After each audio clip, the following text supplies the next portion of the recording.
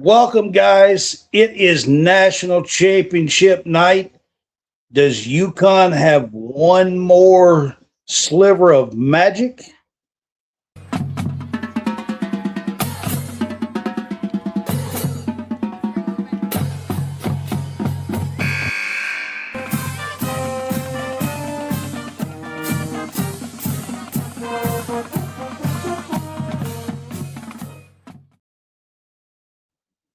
Welcome, guys. It is a live stream of the national championship. John and I did this last year. We did it for football and basketball, and this will be for football and basketball again this year, and having a little bit of fun with you guys on championship night here at College SportsCast. John, we got a pretty good matchup here. We got number 1 Michigan versus number 2 UConn. Does Braylon Mullins have some more magic for Michigan tonight? I mean, Dan Hurley, I wouldn't put it past him in this game just for the mere fact he's Dan Hurley. I mean, you talked about that the other night. Dan Hurley knows how to win these situations. But I just feel like Michigan is just a better team overall. I've said it all year long. I think Michigan has the front court. I think they have the guards. But if I had to game plan for one game, I would love to have the coach Dan Hurley behind that game plan. 100%, man. I mean, look, let's be honest. Over the last 4 years, there's been no coach that has been harder to knock out of this damn tournament than Dan Hurley. Yeah, he's tough. Like, this is 3 straight national championship games that he has been to. He's won the other 2. He's only lost 1 game in the last 4 years in the NCAA tournament so far. And I think he's like 13-1 or 14-1 or something like that. No, it'd be way more than that. Because 6-6 and 5, 17, he's like 18 or 19-1 in the last 4 years. Like, he's been extremely hard to knock out, to be honest. Here's my thing. Everybody was looking at the Michigan-Arizona. Probably it was the most anticipated Final Four matchup that we've seen in a while, Brad. And, Michigan, all they did was they dominated from start to finish. I mean, they jumped out on them 10 points inside the first 4 minutes and just never looked back. Every team in the tournament, they've won by double digits. And they find a way, to me, I think they do it tonight. I think, Yaxel's going to be limited a little bit. I think this has been a very impressive UConn group. The comeback against Duke, they shut down Illinois' offense. Michigan, to me, is just another animal. They've been the most dominant team all year long, and I think they proved that tonight. And they bring back a title to Ann Arbor for the first time. I'm guessing it's 1989? It was 89 the last year? Yeah, Ben Rice. Rumel Robinson was on that team as well. Yeah. With Glenn Rice, that was a really good team, by the way. If you remember, there was kind of a phantom foul called at the end of that, and Michigan hit 2 free throws, and that's what put them ahead. Yeah, it was against Seton Hall, yeah. With like 2-point-something seconds, 2 or 3 seconds to go in the game. Yeah, I remember what you're talking about. There was a phantom call that there was. It was a small for a while. It was a small bump. I'm not going to say there was no bump at all, but the game was on the line the last couple of seconds with a small bump. Mm-hmm. Most of the time, you don't call that. The commentators and everything basically called it. I mean, the nickname is the phantom foul, I believe, in that game. But Michigan won it. There's no, it's been many, many years ago. Michigan won the game and won the national title in '89 with that team, and that's their only national title for Michigan. John, when they come close, in 93 they had the timeout. 92 and 93 back-to-back years they went to the Final Four. Went to the final game because in 92 they beat no. That was 93 they beat Kentucky. 93 they beat Kentucky. 92, if I'm not mistaken, didn't they lose to Arkansas, or was it Duke or Arkansas? It might have been Arkansas. They went to the Final Four though. I can't remember off the top. I'm pretty sure. In 94, and people forget, in 94, Weber left, and the whole Fab Five came back except Weber. Yeah. And they got, I think, to the Elite Eight, and they lost in the Elite Eight. Yeah. So, or no. Yeah. Yeah. I think they lost in the Elite Eight that year. So, I think so. So there was actually 3 years they should have been in a title game. Let's be honest, with the recruiting class that they had and the Weber, and 2 years where they really should have won it all with that talent. King, Juwan Howard, Jalen Rose, Weber, Ray Jackson. Ray Jackson was another one. Yeah, Ray Jackson was the other Fab Five. They really should have had another one, but is what it is. They got an opportunity tonight to do what they came to do. They've been the dominant team all season long, and I think they do it again tonight. But like I said, I wouldn't put it past Hurley. Man, look, in my opinion, there is no coach in college basketball right now that you would, if you were the underdog, and if you could just pick your coach, as much as everybody wants to not like him, honestly, Hurley's probably the guy that you would pick, to be honest. So Yaxel got hurt the other night. Slight MCL sprain in the knee, ankle. He's going to give it a go. He's going to try, but I think that's going to be a big key. If he can't play over 8-10 minutes tonight, I think that's going to slow Michigan down a little bit. What do you think? Yeah, I think it will, but I also think, it cancels itself out if solo ball is limited, so on the UConn side. Yeah. But I get what you're saying. The Yaxel is a little bit more important than Solo. Solo's good, but he's not on the level of Yaxel. And I think that, will play a big factor in this game. The other guys will have to step up. Burnett, Roddy Gale, which has played really great as of late. I felt like, transfer from Ohio State, he's a really good player for them. Elliot Cadeau's going to have to hit some shots. The guard play to me has not played great, but they've done enough because they've had Yaxel, they've had guys step up, Mara. They just have different guys. Played like a beast in the semifinals. Mara. They just have a guy step up every night. You just don't know which one's going to be. I'm not going to act like he plays that way every night or nothing, but man, he played like a beast against Arizona. He did. Arizona looked like a team that I felt like had never played a game of basketball. In all year long, Brad, tournament, they just seemed like a dominant team.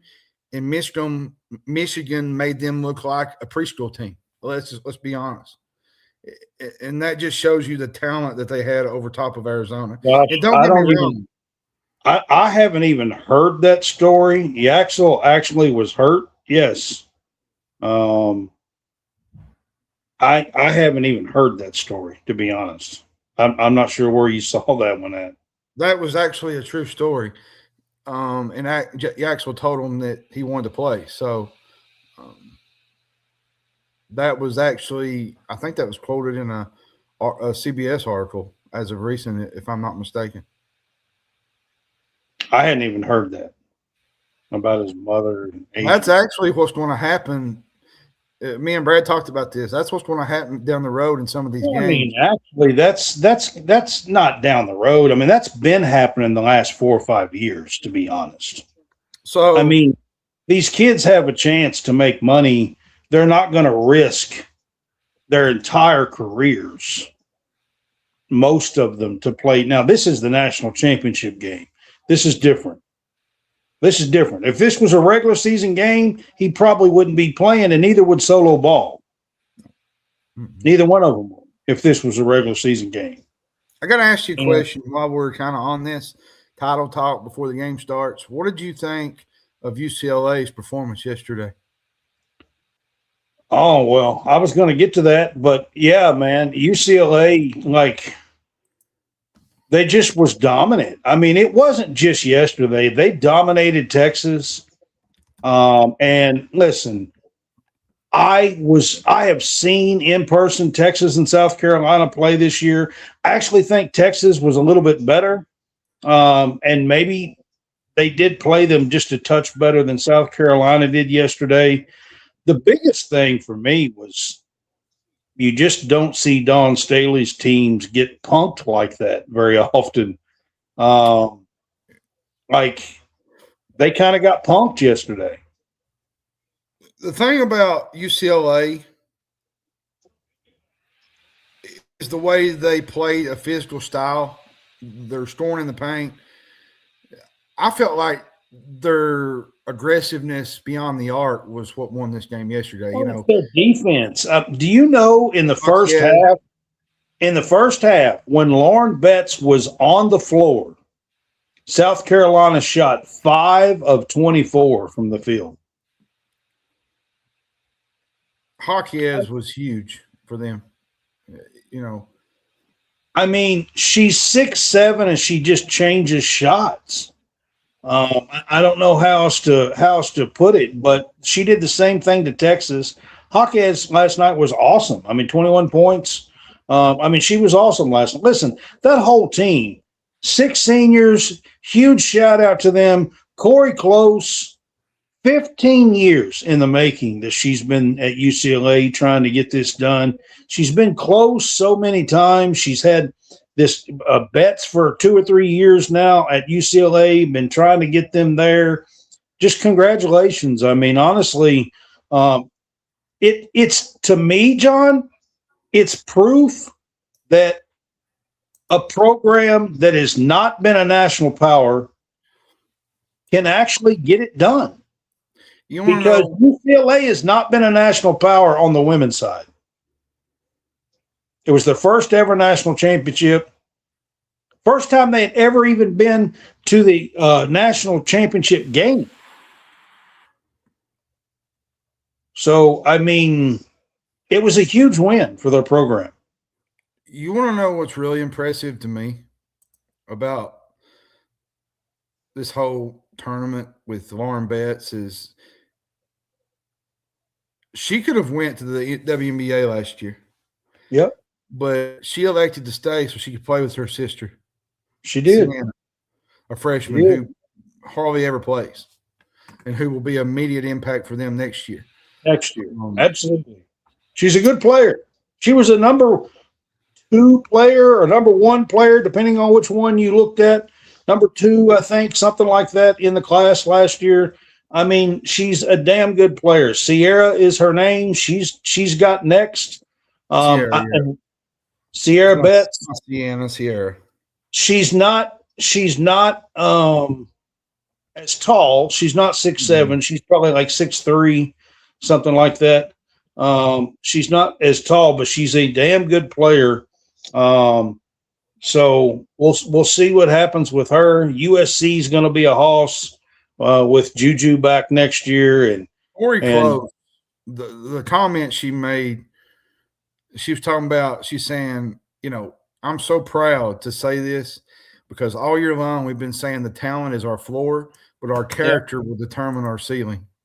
Yeah. That is, I mean, a huge shout out to the, like I said, for the teams that's not been a national power, i.e. Kentucky and Kenny Brooks, she is proof that you can get it done. Yeah. That's all I'm saying. I mean, now she had to, it took her a few years. It didn't happen overnight. It didn't happen overnight. She had really good players and still got knocked out the last 2 years. You know, you know what I'm saying? It didn't happen overnight. All right, before this game gets started, they're doing the starting lineups. Let's make our picks. John, first half. Let's just talk about first half. What do you expect to see first half? I expect UConn to kind of try to slow the game down a little bit defensively. I think they're going to try to put some guys on the axle, maybe try to force him to make mistakes, which is going to be tough to do because the axle's even on an injured leg, he played really well the other night. I mean, is it going to be 10 points or less? Do you think? I think it could be 8 or points or less. I just don't think UConn has the talent to sit and hang for 40 minutes. I just don't. I'll tell you what UConn did the other night for me. If they can hit 12 3-pointers again, I think they'll have a chance to at least stay in this game. But they've not been that kind of team this year to hit 12 3-pointers in too many games. So for me, unless UConn can really shoot the ball like they did the other night, they had 6 guys hit 3-pointers the other night. That's just not been their MO this year. So we'll see what happens. But I feel like it's going to be a fairly close game. UConn will slow this down for the first half, try to slow them down. I mean, Michigan scores 90 plus a game here in the tournament. For UConn to really have a chance, they have to hold this team to 65, 70 points. And I think that's going to be really tough to do.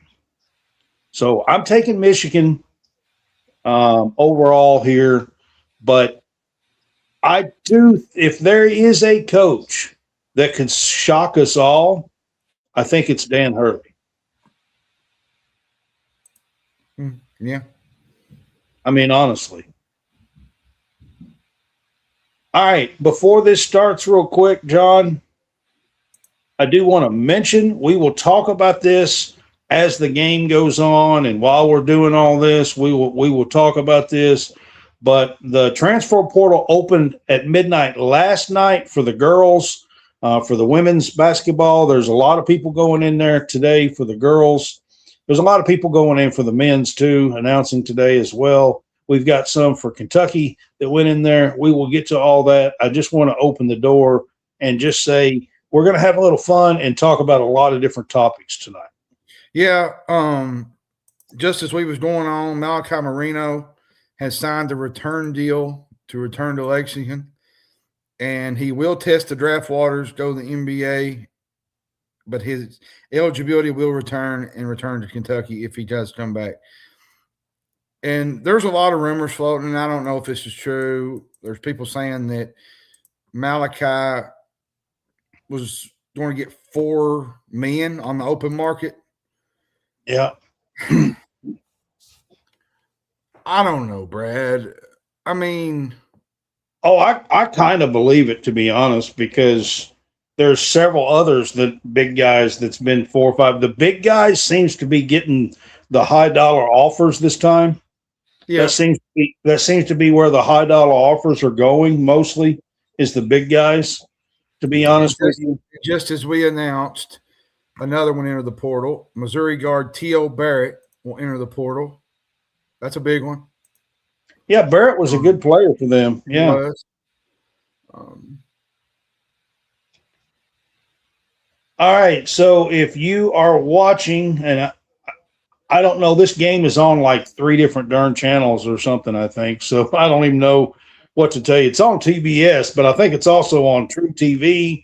I think it's also on HBO Max. I don't know. It's crazy. It's on everywhere. But the game has started. It is 00. Nobody scored yet, but Yeah, John, there is so much going on. The portal's going to be absolutely crazy.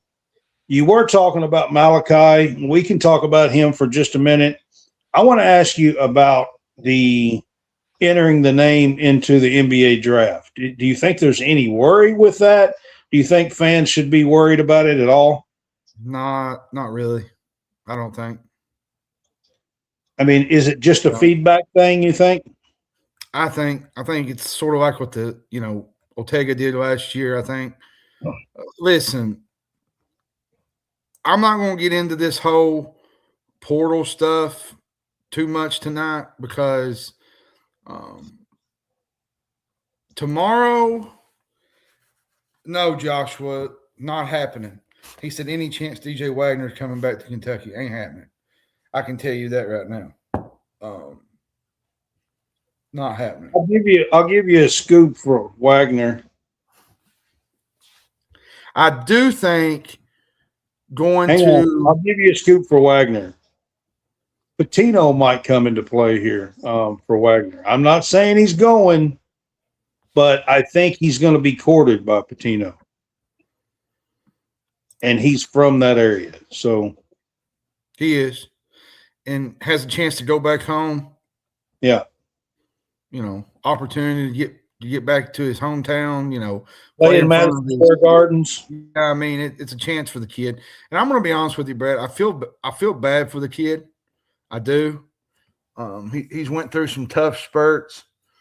Had the season at Kentucky that he had. Got injured, left, go to Arkansas, kind of got put in a sidewind with Boogie Flan and Darius Acuff and never really got to see the minutes that he wanted. And I want to say this, and I know people are going to probably think I'm crazy, but I feel like it's a good thing he got away from Calipari. Oh, I do too. I thought he should have got away from him 2 years ago, to be honest with you. I mean, I didn't feel like that Calipari done Wagner right his 1 year at Kentucky. I don't think he done him right last year, and I don't, as sure as crap, don't think he done him right this year with Acuff. Now, listen, I'm not going to sit here and say that I wouldn't. I would have let Acuff run the show too. Okay, so I'm not saying that there's anything wrong there, but I just feel like for Wagner himself, he's kind of been pushed in the background every year under Calipari. He has, sadly, and I feel for the kid. I do. It's tough, but another guard just entered the portal, Brad. Providence, Jason Edwards. Most don't know he was at Vanderbilt at one point. So there's another one. I'm telling you, folks, this portal is absolutely going to be absolutely insane by tomorrow afternoon. And you could have teams already getting guys to commit. That's how crazy it is. Yeah, and they're not even supposed to really be talking, but everybody is. So it's tampering now. Let's just put what it is.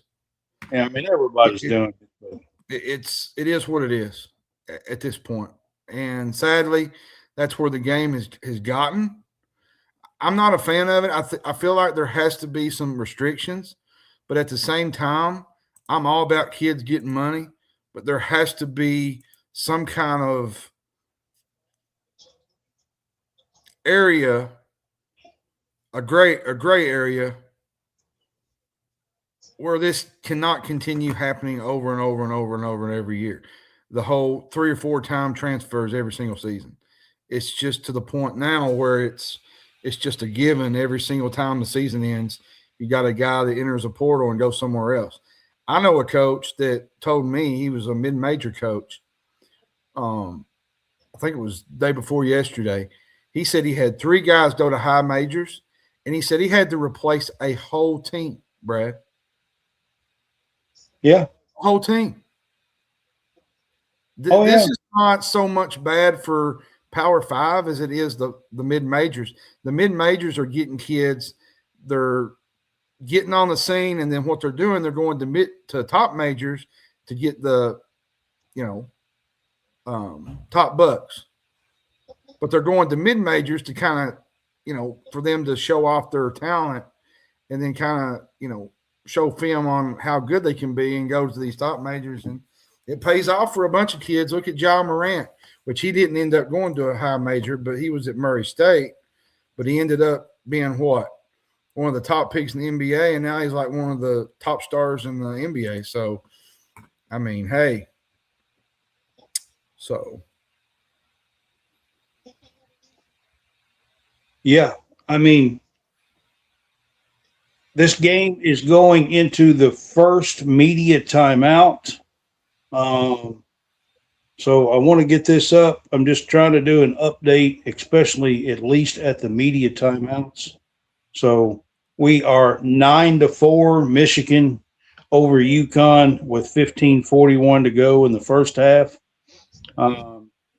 John, Michigan's, jumped out a little bit over double, 9-4 here. First media timeout. UConn, I mean, it just seems like everybody struggles to score against them, against Michigan. UConn's kind of struggling. I said it, Brad. They're just that good. They're just so much better than everybody else. And I watched them all season long. They just do everything as a team. They shoot well. They defend. They rebound. They just do everything that you want in a basketball team.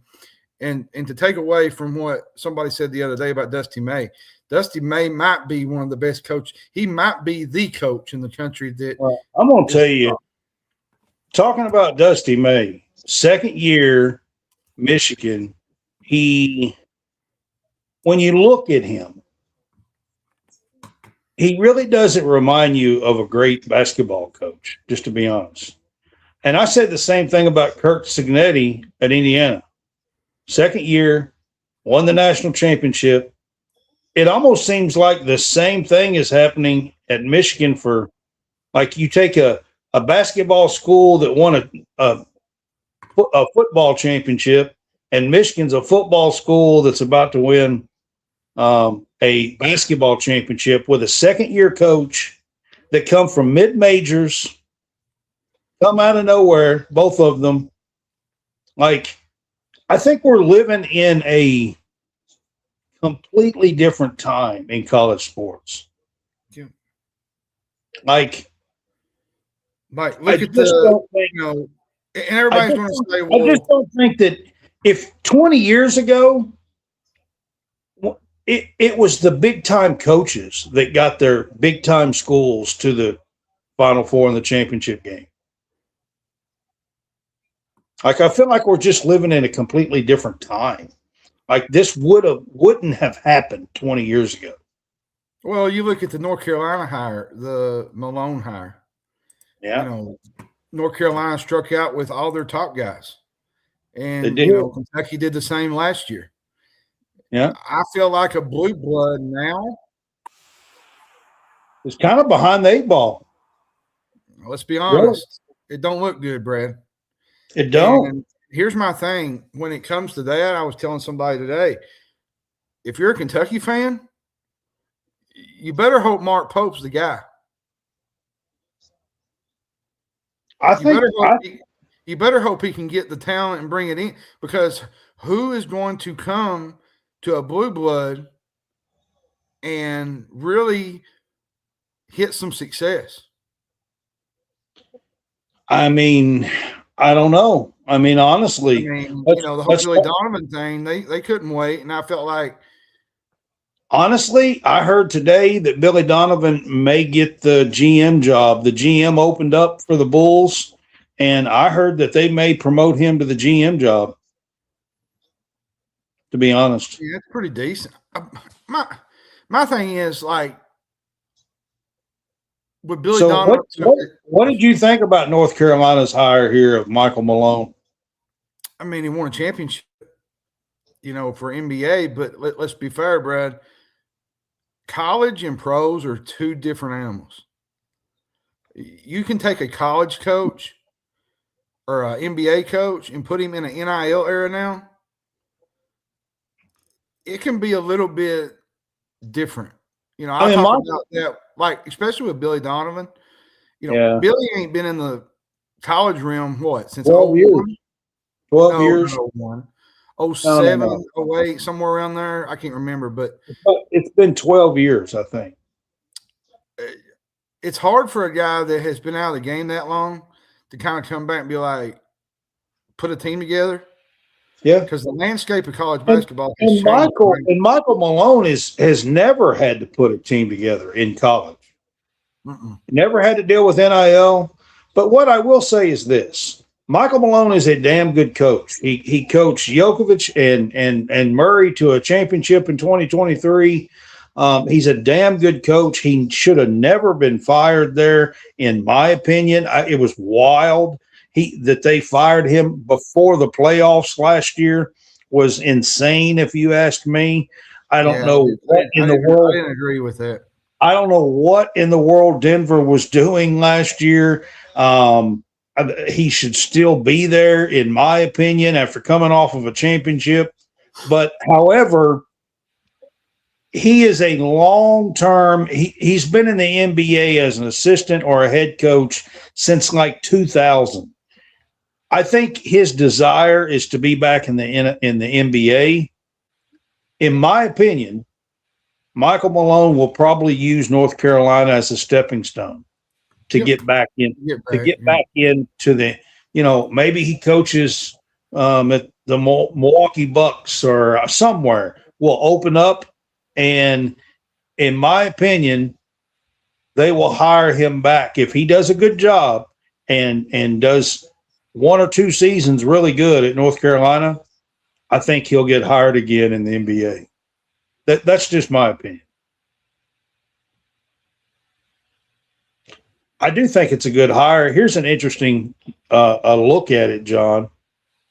North Carolina also hired Bill Belichick for football. So now they have a former champion NFL coach and a former champion NBA coach leading their programs.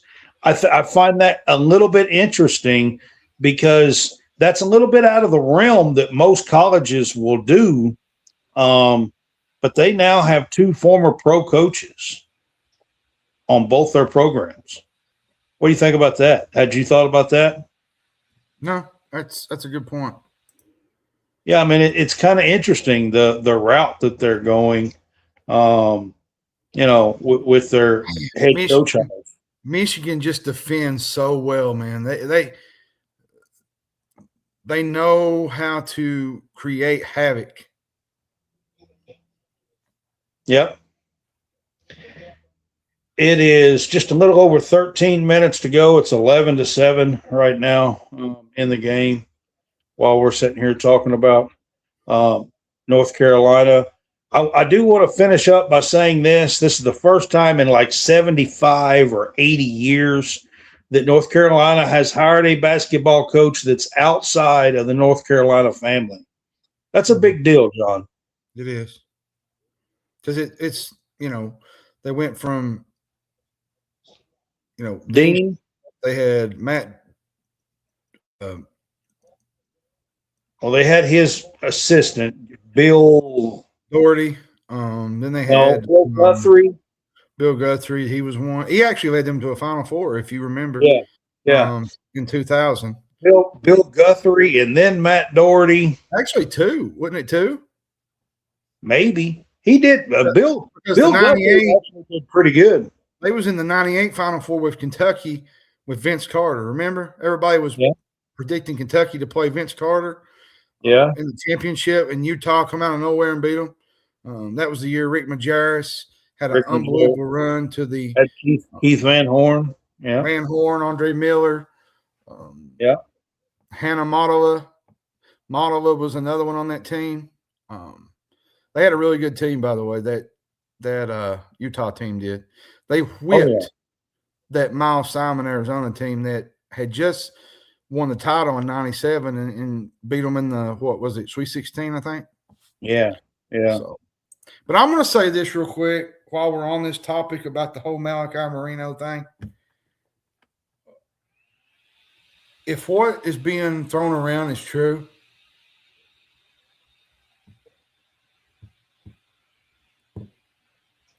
props to that kid because you could have went somewhere like Kansas, Duke, Michigan, anywhere. Yet Any of these big schools right now that he wanted to stay at Kentucky and take a pay cut just so he could play at UK. That shows you that that's a Kentucky kid. I mean, not all Kentucky kids are like that. Well, let's be honest. But it's good to see when one still is, to be honest, in this day and time. So huge props to Malachi Marino for that, to be honest. And from my understanding, according to these rumors that's going around with Malachi was one of the lower paid guys on this team, from my understanding. And now he's willing to take a pay cut to return for next year. According to 24/7, maybe on 3, Flory Badunga has a crystal ball to Texas Tech. I mean, that would be a good one. They play the kind of ball, and McClaskin or whatever his name is, Grant, the coach there, like he runs the kind of like system that these type of kids want to play for. Yeah. And they spend the money. They got money. So, again, there's another coach came from mid-major. I mean, like, we're in a different time. Kentucky fans be like, wow, he never won anything. Well, most of these coaches that are coming up and doing really good now, they never even played it or coached it like even a high mid-major. Most of these coaches have that's coming up and doing things now. Like, we live in a completely different time, to be honest with you. I do say you got to spend big for a point guard, Brad, for us, or a center. I think you got to get somebody to back up Malachi. I would love to have Badunga, or whatever his name is, Flory Badunga. I would love to have him. But Kentucky, they just locked up its center before the portal. But at the same time, you got to have another physical guy who inside. would be willing to come in and kind of play right next to him? That's the thing. There's talk about Donnie Freeman today from Syracuse. I don't know, guys. Look, I don't know if any of that's true. I have no idea, but he's the type of guy. Like, he is the type of kid, 6'9", 6'10", got some meat to him, can be physical, play physical. He's the type of kid that could play alongside of Marino in that power spot. Now, is that what Pope's going to want to play, or is he going to want to play the stretch 4? Is he going to want the physical 4, or is he going to want the stretch 4? And that's a good question to ask, to be honest, because now he may want the stretch 4. And now there's a lot of talk that Devin Vanterpool from FAU. Yeah. I'm telling you, Brad, I love this kid. He's a winner. He plays hard. I think against South Florida, if I'm not mistaken, he had 23, 6 of 7 shooting on the night. Literally almost took the game over by himself. He's another Otega Oweh. When I say he's another Otega, he's a downhill driver, but I feel like his overall scoring game is better than Otega. Like the 3-point shooting, because Otega didn't shoot. Now, he shot a few threes here and there, and he hit some, but he wasn't a scoring threat from the 3 at all times. He was more of a drive to the goal and try to finish and get a foul and make plays under the goal. But this guy's more of a outside guy and does a little bit of both.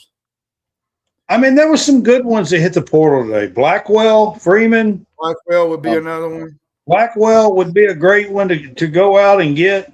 Listen, these are guys that's going to command $3, $4, $5 million a piece. You're probably not going to go out and get 4 of these guys, to be honest. 2 of them, something like that. I like Juke Harris from Wake Forest. I think he would be a great pickup in the portal for the men. Who else did I mention today? Kwame Evans from Oregon was one. He's going to be really sought after in the portal. I know Kentucky is really after him as well. That would be a nice piece right next to Malachi Marino, in my opinion. For me, anyway. Listen, I'm just going to go ahead and put it out there. Nike ties are trying to make a push. Let's just put it that way. I'm not going to make any predictions. I'm not going to say anything. I have no idea what's going to happen. I just know behind the scenes that there's some Nike ties that are trying to make a push for Stokes.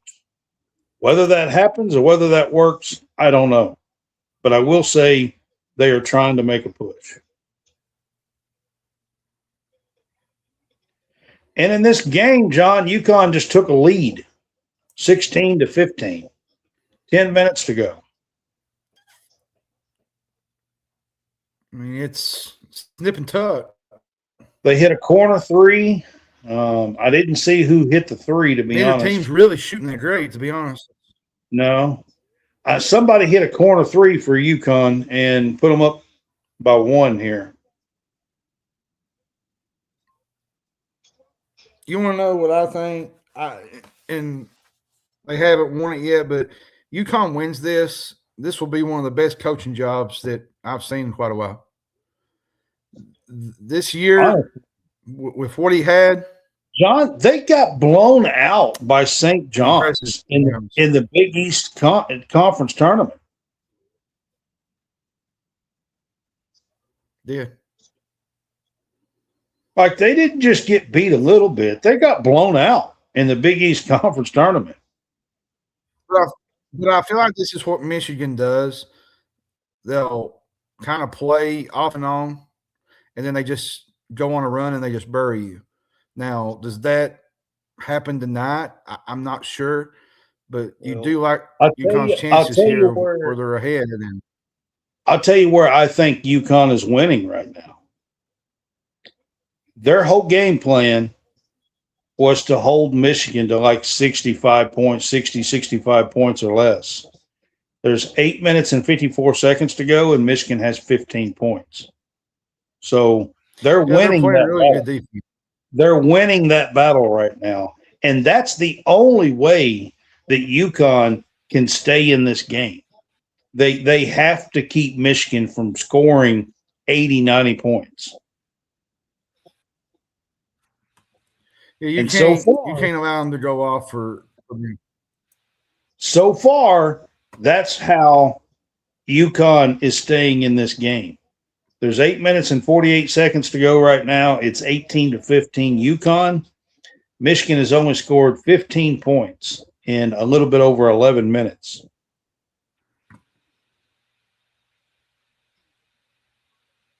They're 0 of 5 from the three-point line, Michigan is. I believe UConn is 3 of 6. I said they were going to have to hit a bunch of threes and play defense. And so far in this game, that's what they're doing.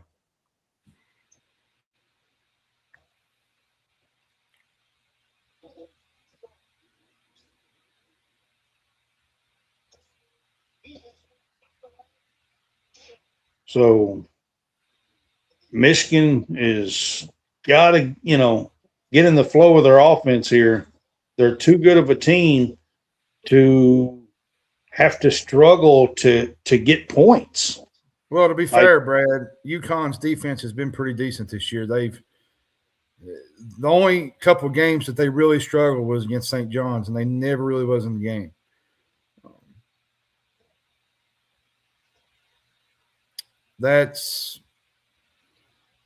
a team can contribute that way when it's all about, like I said, matchups too.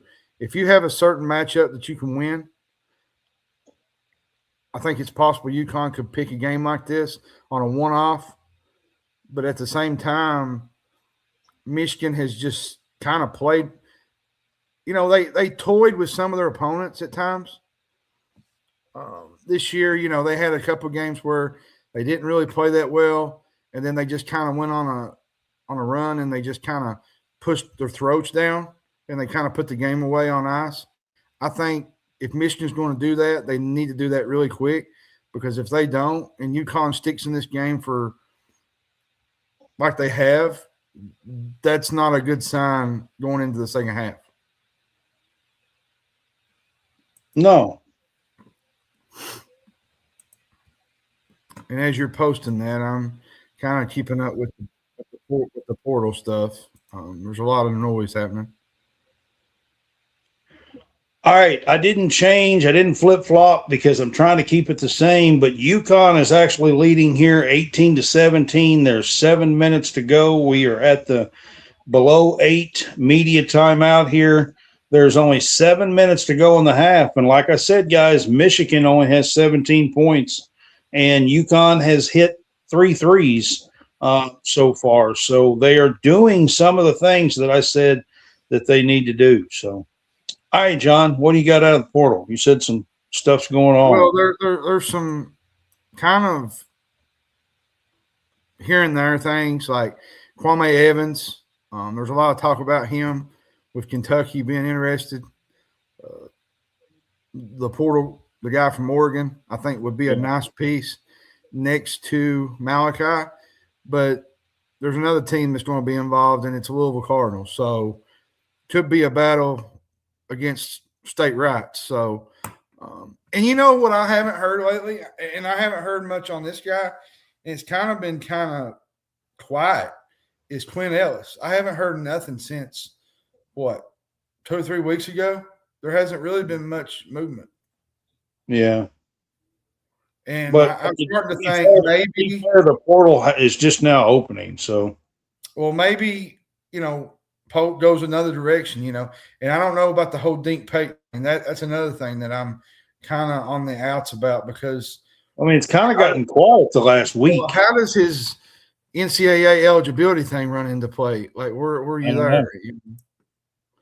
And I do not know who's reffing Josh. I have not looked it up or paid any attention to who's reffing the game tonight. I really don't like Doug Shouse, so I try not to pay attention to him, to be honest with you. I mean, if he's reffing Kentucky, I have to, but I don't know. I'm not sure. Whoever's reffing, I'm sure that Dan Hurley will have a run-in with him at some point in time in this game. I would almost guarantee it. I'd almost guarantee it. I'll say this too. I expect to hear news about Colin Chandler pretty soon as well. Yeah, maybe tomorrow at the latest. Yeah, I would too.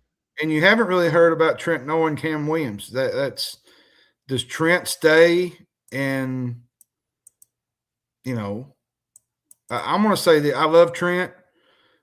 I want him to be successful in everything that he does. But, Brad, if he's wanting to play and actually get garner minutes with knowing what we're going after, do you stay and sit the bench? That's all going to be up to Trent Noah.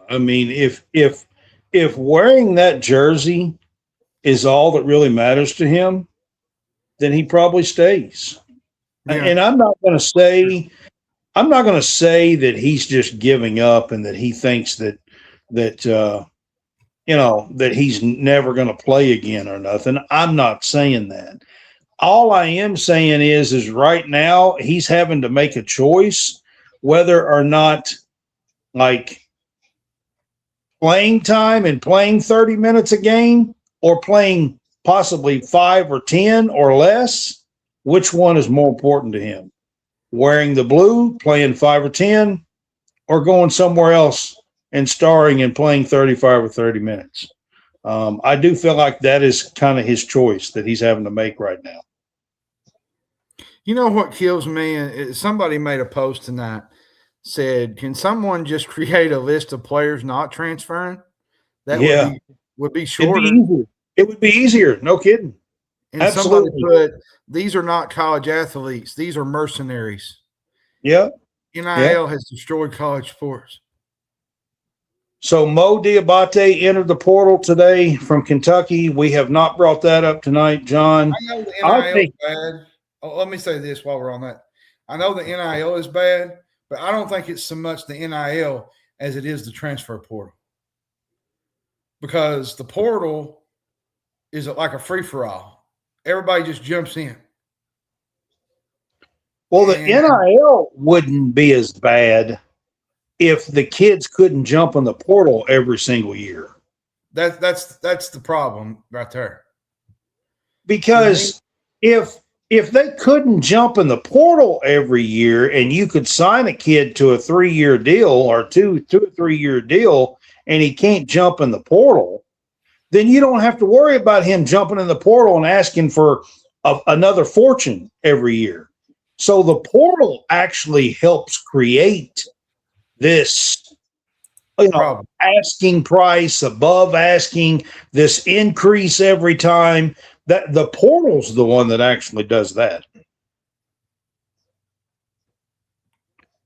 So Michigan has taken the lead back 19-18 here, but I mean, Michigan does have to pick this game up and start scoring some points if they're gonna, if they're gonna try to do what they have been doing to UConn. I want to talk about this real quick. We was talking about Mo Diabate. Hate it for him. I wish him all the best. I got to interview him this past season. He was really gracious in the time that we got to talk. The whole Ramadan thing, we got to speak on that a little bit about his faith and whatnot. And I hope he grows wherever he goes. No pun intended. But the thing about Mo that I'm really going to miss, and I know people don't like his shot. They're he don't play enough, and I'm going to miss his motor, Brad. When he got going and his motor got together, he could be one of the most hustling guys in the country just by hustle plays. I think there was a couple of games where he saved some games. The Missouri game in the SEC tournament, he caught a missed free throw. There was a couple of games. I'll give you a place I think Mo and Brandon Garrison should be thinking about and trying to get an offer from. That's Kelvin Sampson in Houston. You talking about playing with effort. He makes you play with effort. And I think both of them need that. They're both seniors. They both have 1 year left to try to prove this, to play ball outside of college again. And I think Houston would be a great place for both of them, to be honest. So I want to ask you a question, and something that's really bothering me. Did you see where Holly Rowe ripped Tennessee athletic director? I did, but I'm going to be honest with you. I think it's warranted, to be honest. I feel like it's warranted. Holly Rowe has every bit of the media credentials to do that in the women's game. She couldn't do that in the men's game, but in the women's game, she has every bit of the credentials to do that. And I'm going to be honest with you. This is tough, man. You talking about a program, a storied program that has – you talking about a disaster that everybody is watching. If you don't know, go pay attention to what is happening to the Tennessee Lady Vols. Look, everybody knows that I am not a Tennessee fan, okay? Everybody knows that watches my show, okay? There's not a single soul that doesn't know that, all right? But here's what I'm going to tell you. If there's one program at Tennessee that I respect, it's the Tennessee Lady Vols. Yeah, their history, their tradition. And she If made a great point. If they have one program that I respect, it's the Tennessee Lady Vols. And John, for me, you're asking about Holly Rowe. I think it's warranted. I think she has the gravitas, or whatever you want to call it, in the game to be able to say that. Here's what she said. She said, "What Danny White is allowing to happen to Lady Vol hoops is making me so sad. Gut wrenching to watch him let one of the greatest programs in women's sports history disintegrate. I am devastated." And she ended up deleting the post. And I'm probably figuring why she did delete the post, because she didn't want to lose access in Knoxville, credentials. That maybe had a little bit to do with it. But well, I mean, ESPN may have said something to her, but for me, Holly Rowe has the credentials to do that in the women's game. I agree with you. She's one of the tops in the women's game when it comes to absolutely interviewing and doing all these clips, and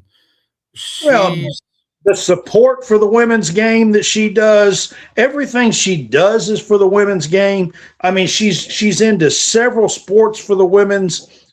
I mean, if there's anybody in media on the women's side, it's Holly Rowe that has that. And she didn't say anything wrong, man. I mean, what they are allowing to happen at Tennessee right now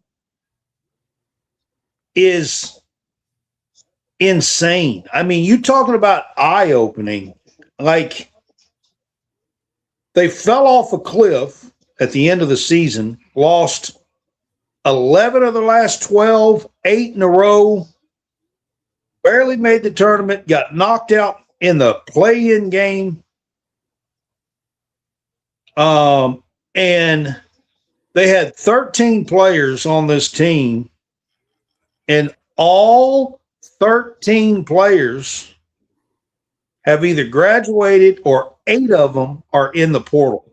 You know what's really interesting about this game is, I talked to you about this before the game started. You said UConn has to let Michigan come to them and let UConn play their game. They're making Michigan play a Big East type game. Yep. And that's what they were trying to do. And that's very uncomfortable for a Michigan team that averages, 80, 90 points a night? I mean I'm not exactly sure what they're averaging. In the tournament, it's over 90. They've been over 90 5 straight games in the tournament.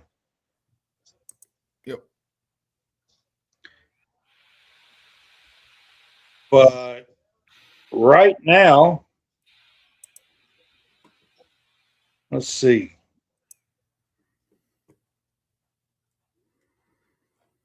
I think it's trying to put the score in here for you guys. We are at the 4 under 4 media timeout. And I'm trying to get the score in here for you guys.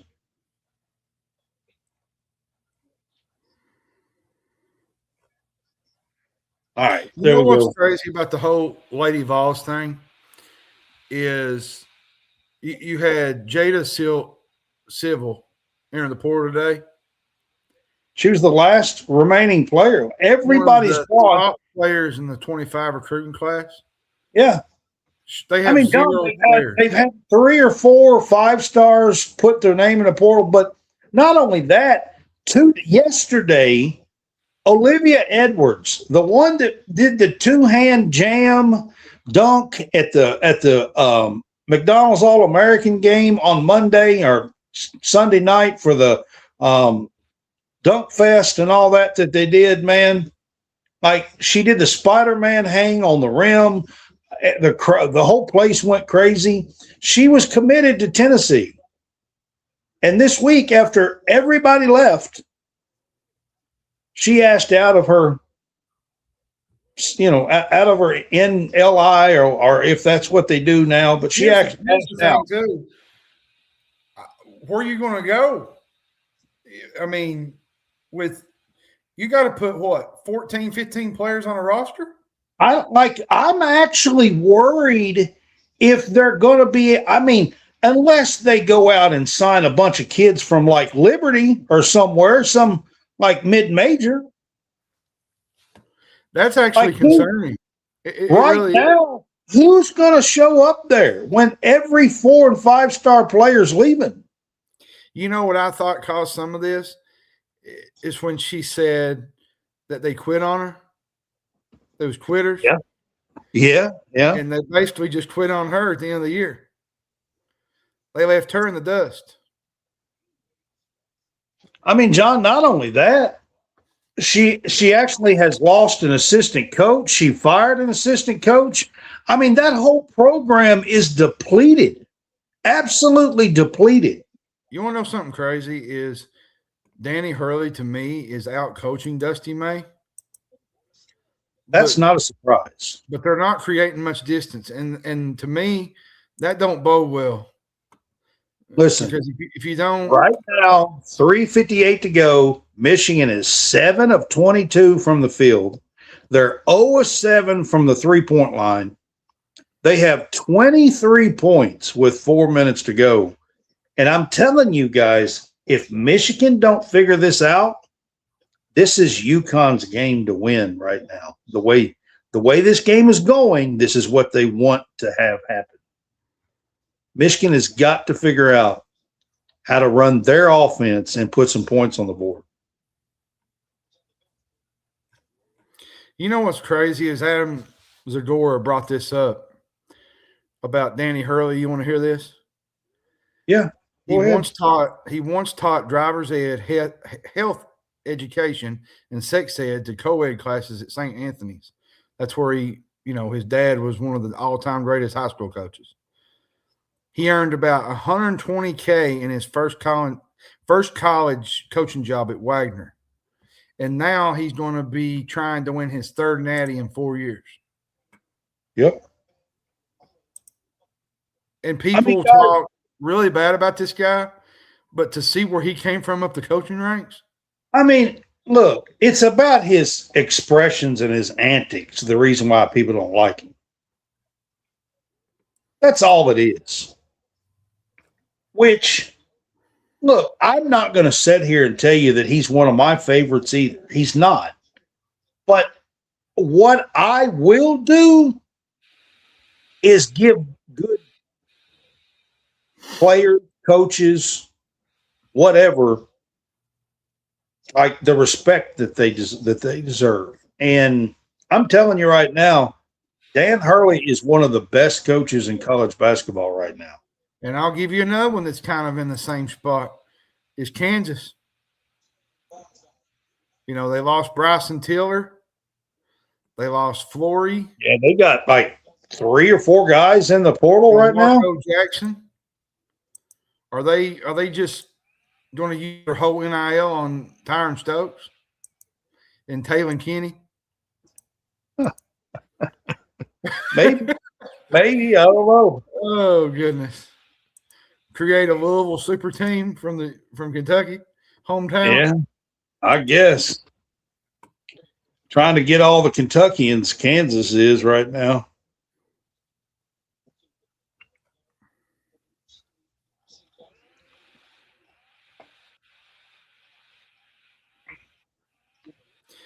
So we got one of those reviews going on right now. I got tickled, Brad. Somebody had posted a meme today about Kansas. And you remember last year, or it might have been a year before last, the first year, and John Calipari, they interviewed him, and he said, I met with the team, and there is no team.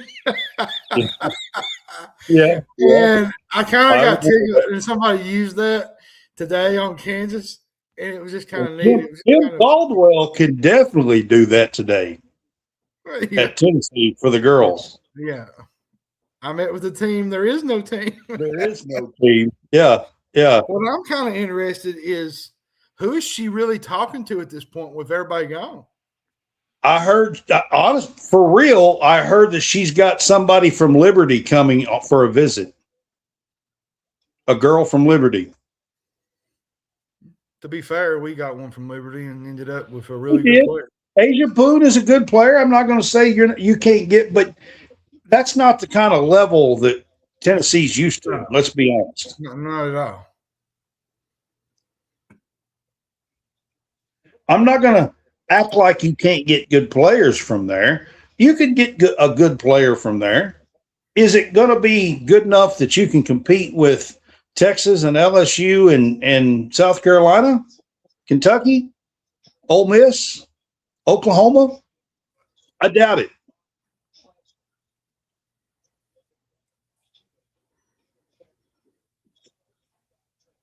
You know what's crazy? There's like maybe 15 or 22 colleges that don't have coaches right now. And the portal's open. Denver's one, Georgia State, Quinnipiac, North Carolina Central, Fullerton, Lafayette, Princeton, Evansville, Albany, Hawaii, Lindenwood, Cleveland State, Loyola, High Point, LIU, Utah Tech, Delaware State, Virginia, Merrimack, and McNeese State. I'm guessing this is women's hoops, is what that is. Yep.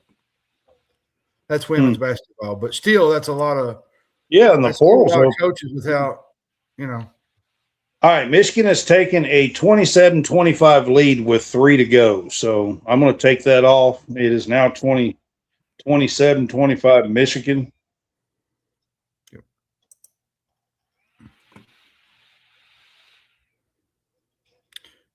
3 to go in the first half. Who's to blame for Kim Caldwell's mess? I mean, you've got to blame her. I'm sorry, but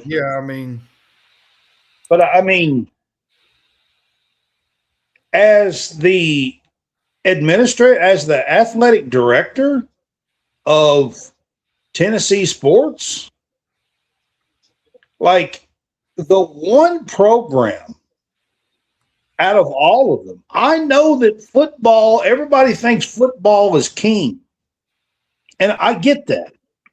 But for me, the one program that Tennessee has that has always been a stalwart,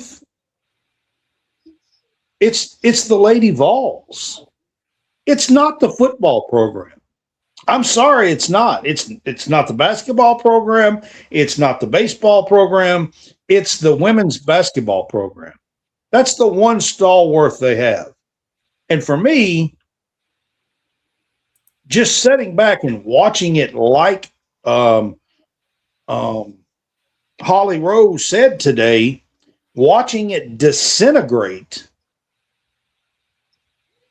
is a little bit alarming. I don't know how you just sit back and watch the whole program disintegrate. And I'm talking about assistant coaches. I'm talking about every single player.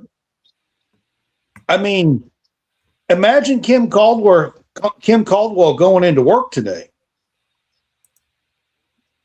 Did she did she talk to the walls? I mean, you want to know what Kerry Close said that stuck with me the other night? What's that? And a lot of high school coaches need to use this down the road. Banners hang in gyms and rings collect dust. But who you become and who you impact, you get to keep forever. Yep. She did say that, and it was a very good quote. She said that the night before the championship game. Yeah. To me, that kind of quote should resonate with kids because it's not about the wins and losses. It's about who you impact as a kid, as a coach, as a player. I'm telling you, the woman is one of the most awesome human beings that ever walked this earth. And I mean, she's a really good coach. I will give her that. I mean, she posted a picture of her and John Wooden together. She's been there for 15 years, and she posted a picture of her and John Wooden together and talking about how like it was just super great to meet him and have him as a mentor when she first started at UCLA and stuff. And I mean, what's that? Jalen Carey just entered the portal for Tennessee. What's happening in Knoxville?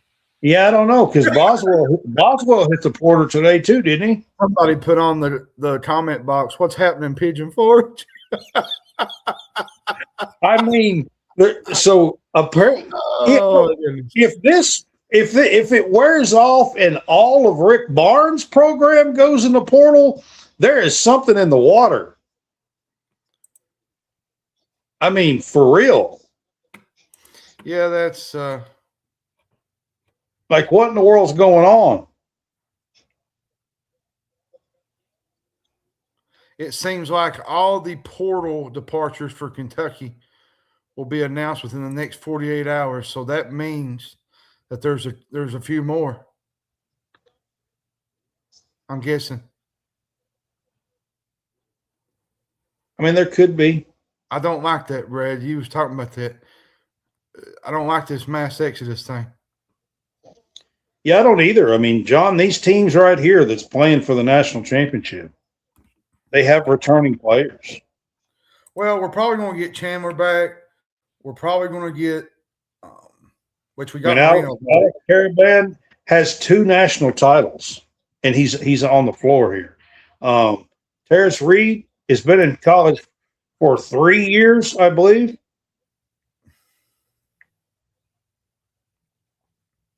I mean, Michigan went out and got the FAU guys, and some of them are back and on this team.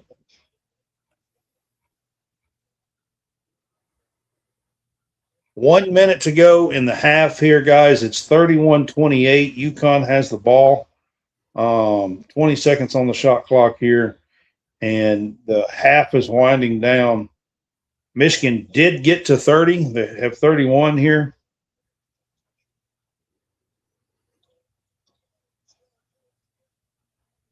Caravan has 8 points. He's not played great. Oh, wow. That was a nice putback slam right there by Michigan. So no shot clock, 19 seconds. It's 33-28. UConn has the ball. I think it's a 10-3 run for Michigan. That's what I was afraid of, Brad. You can't let Michigan, when you get them down, you got to put some pressure on them. And I felt like UConn had their chances. Terrace Reed drew a foul here with about 3 seconds to go. I think he's gonna be going to the line here.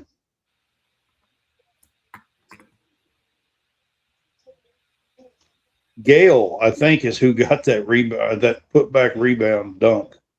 That was pretty nice. Yeah, it was Gale. That's what I said. Gale has been a big factor for Michigan in the last 3 weeks. The one I was talking about is completely depleted is the women's program, John, or Josh.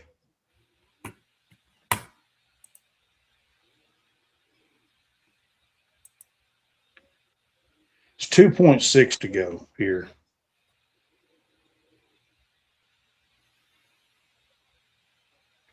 Reed's not a great free throw shooter, though, I don't think.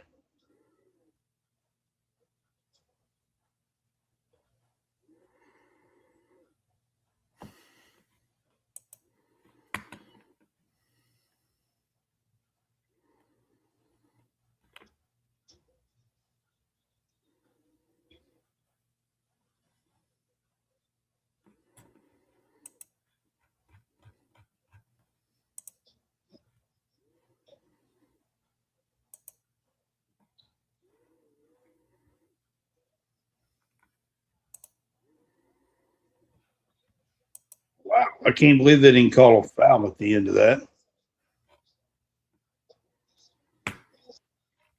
Like, they tried to throw up a half-court shot, and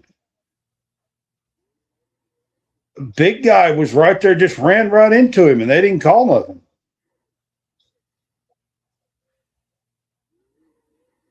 That's crazy. I can't believe they didn't call a foul on that. All right, so I do have the halftime score up for you there, guys. It is 33-29. Michigan did move back in front. They closed on the half on a 10-4 run,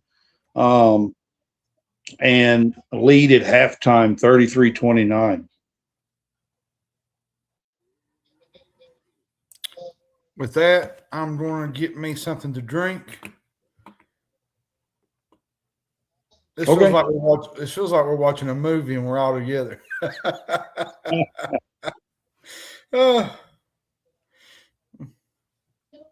Brad's on his pecan pie kick. Man, look, do you want to have a relationship with Doug Schals, or what's going on here, Josh? Yeah, I was asking. He's a little obsessed with him. I mean, you want me to get his phone number for you, or what? Oh, me. I'm just messing, Josh. Josh is a good friend, so I can do that. If you're on with us and you're wondering, Josh is a good friend. I'm just messing with him.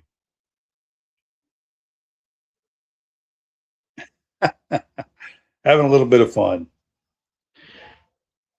All right, so it is halftime here. I mean, Michigan has been sluggish, to be honest with you, in this game. This is the kind of game that I think UConn wants to try to dictate and play with Michigan.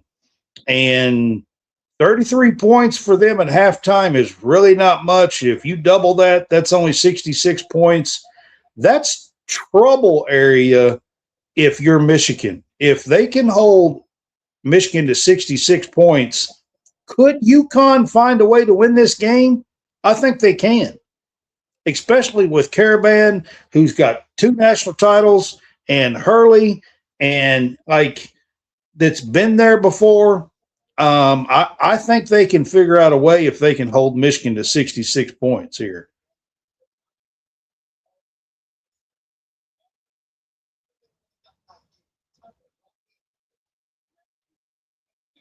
Yeah, he said so he could cuss him out. Uh-huh.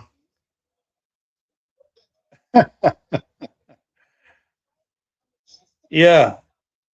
Josh and Clyde, yeah. They are big buddies. I agree with you, Mike.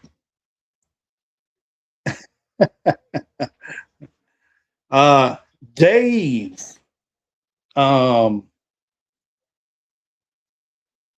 Michigan fan. I'm trying to think of his last name. Starts with a J. That's on the show with us. So I figure he's having fun tonight. He's a big Michigan fan. So, I'm hoping that he's having fun tonight outside of maybe what this score is.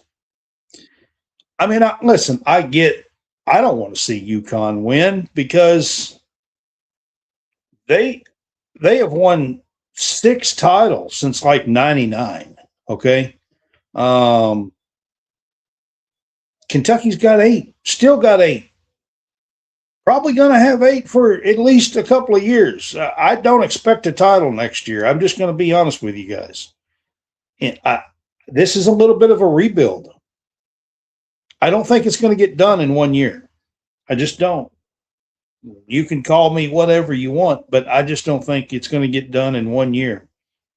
I really don't. So,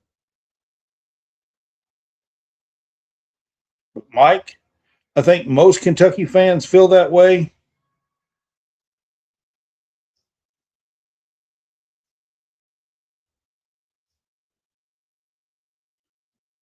Roddy Gale was the guy who put that put back dunk there right before halftime.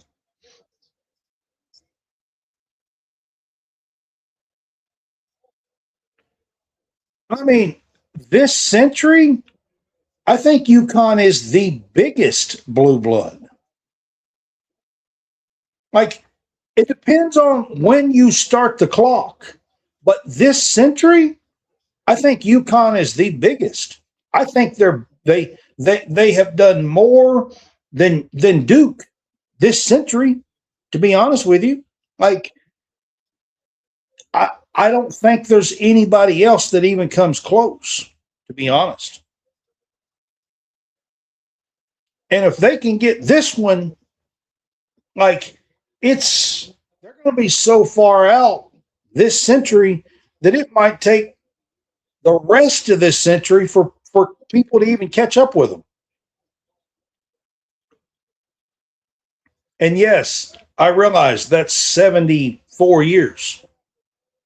I mean, honestly, it might take the rest of this century for schools to catch up with them. We might all be gone before that happens.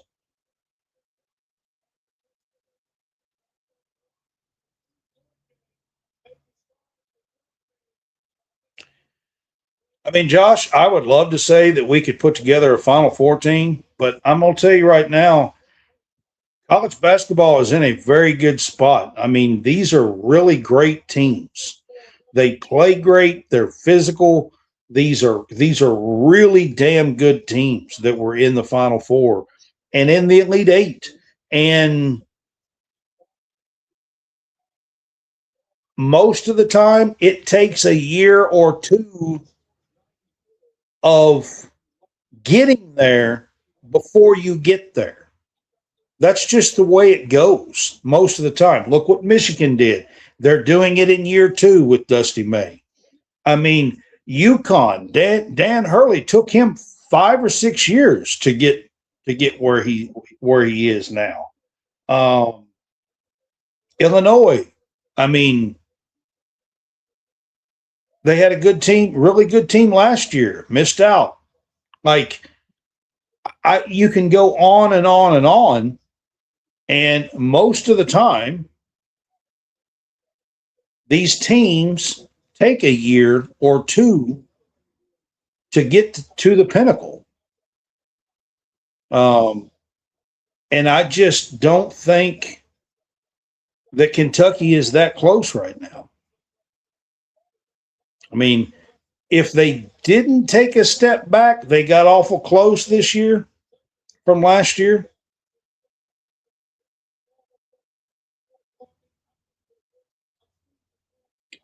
Yeah, they're playing 5 transfers, but they didn't all transfer this year. There's a difference.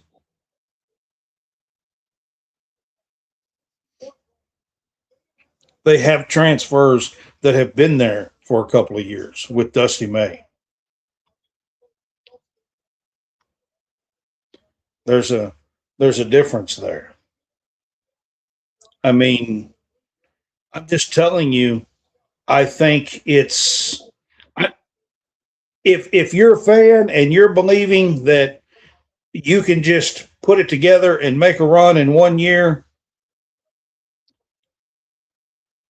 you have every right to do that. I'm just not there. I don't. I look at the landscape. I look what's going on in college basketball, and I just don't see that happening.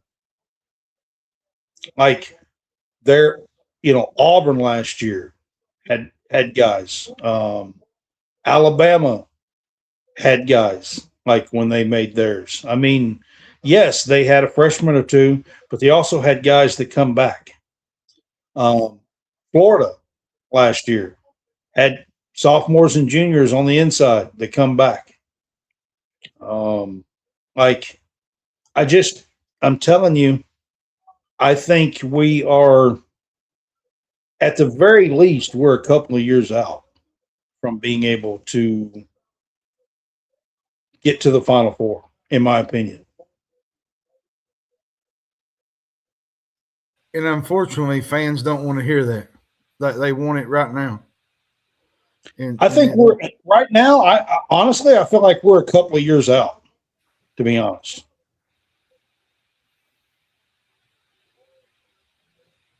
Does Carter Knox or DJ Wagner do anything to excite us? Wagner's probably not coming here. There's a couple of places that Wagner might go. I heard Rutgers is up there because that's back home. St. John's is there. Wouldn't surprise me if USC gets in it because that's where he was kind of planning on going 2 years ago when he went to Arkansas. So, and Carter Knox, do I think that we might contact Carter Knox? I do initially just to see if there's any interest at all. I mean, there might be some contact with Carter Knox. I just don't see it going very far, to be honest, in my opinion. Yes, I think Pope can put together a team that will be tons better than this year, as long as he can stay out of 3 or 4 guys being injured. Fans don't want to hear it, but that makes a huge difference on a team. And that's just the truth. I've been a coach. I've been a player. That makes a huge difference when you're down 3 or 4 guys on a team. And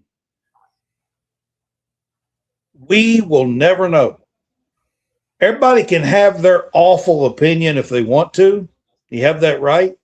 But the truth is we will never know what this team really would have been. We will never know, unfortunately, because if you saw that CBS documentary,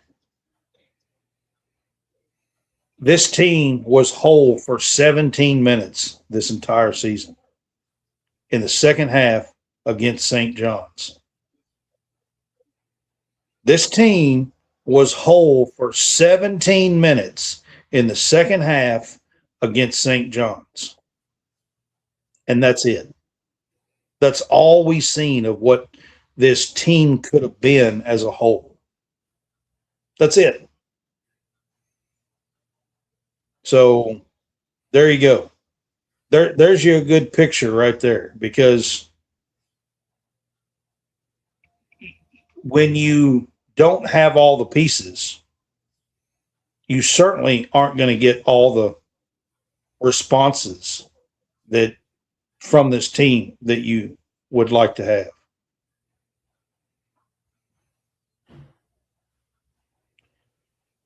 Josh Hart says Knox will probably go to Louisville. I don't know why he says that, but I mean, he could.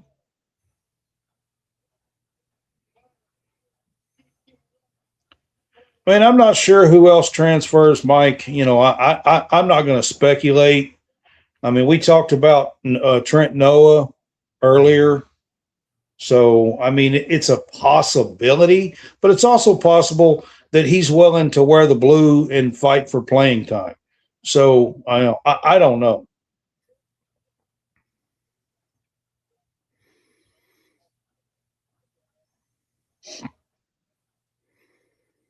Like, there are possibilities of others. I think Colin Chandler's going to come back. I mean, Cam Williams' father said 3 or 4 times that he wants to come back. Hawthorne, Potter, looks like they're coming back. The red shirts.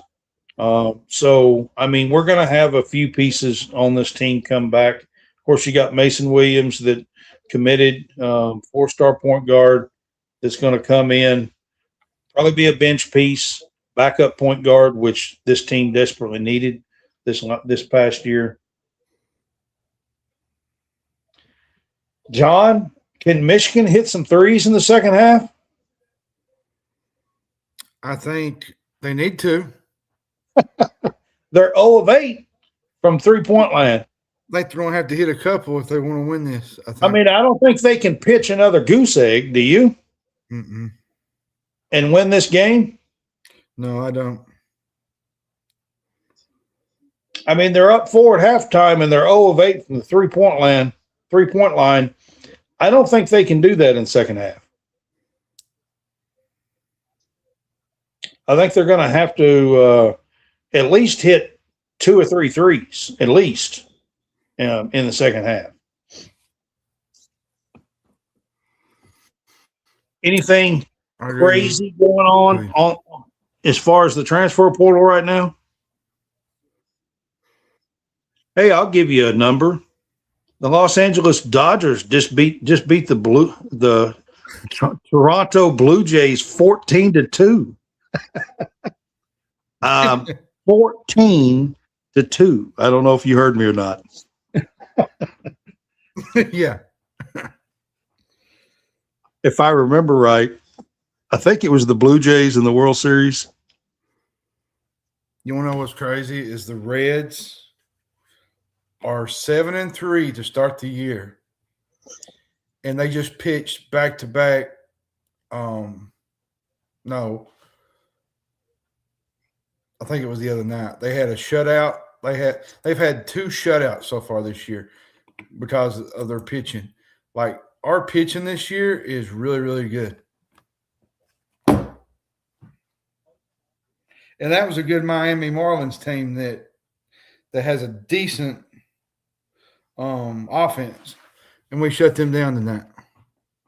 Well, that's good. All right. Before the second half hits, I am going to take a bathroom break. So you talk and hold the show for about 2 or 3 minutes. I'll be right back.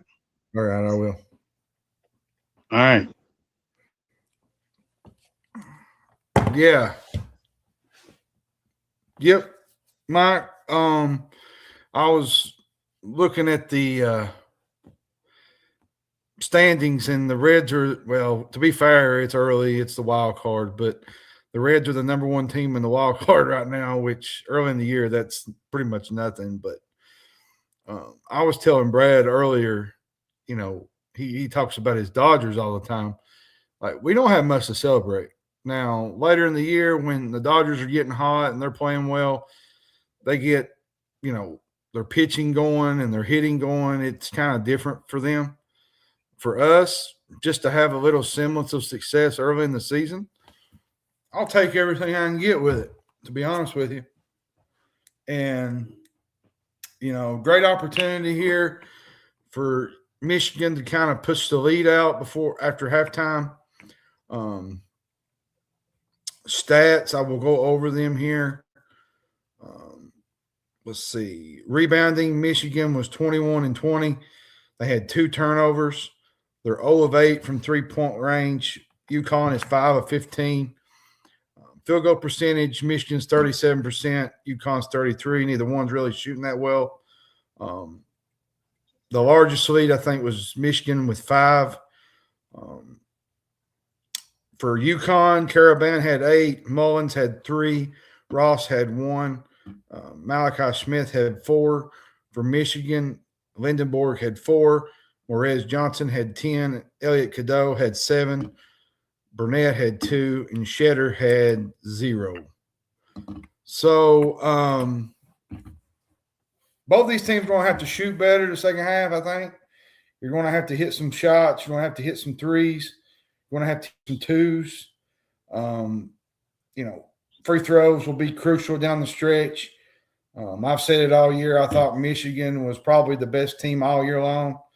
They just got the front court. They got the talent.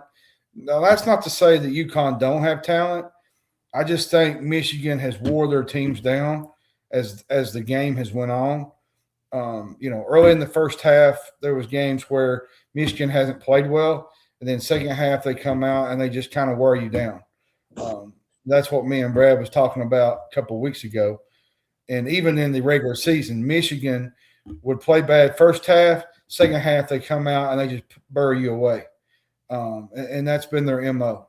So hopefully they can figure it out here in the second half. If not, UConn's going to be tied all the way through, and I would not want to be Michigan in that situation with Dan Hurley on the other sideline. No, if this game gets like down to 6 minutes to go or something and it's close, Michigan's probably going to get tight. Yep. They haven't got tight pretty much all year. They've pretty much had their blowout wins, their comfortable wins. They've really not had many games where they can say, well, you know what, we're going to get tight here. We need to figure it out. You know, they lost, I think they've lost 3 games. What was the spread in this game? Was it like 7.5? 7 Michigan. 7? Yeah. I was thinking, didn't it open at like 7.5 or something like that? Yeah, it did. Midnight, somebody had mentioned the portal.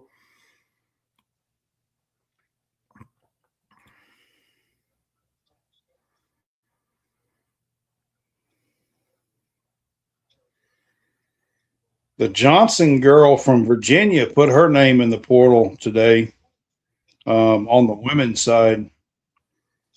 Kimora or whatever her name is, Johnson, she's a really good player. She put her name in today. There was somebody else that I thought was pretty big, put their name in today. I'm trying to think of who it was. What's crazy to me is we're less than 2 hours away from the portal. Yeah, and we still got a whole half to play. And what's crazy is people don't realize how crazy it's going to get at midnight. Like this coverage, counting the post game, probably won't even go off till midnight. And then you jump right into the portal. Yeah, yeah. It's like, yeah, these broadcasters and these media people and everything, and then they're going to like jump right into the portal. Yeah, it's like people don't understand. This is intense stuff. Brad mentioned that earlier, Mike. He said, "Where do you think Stokes ends up?"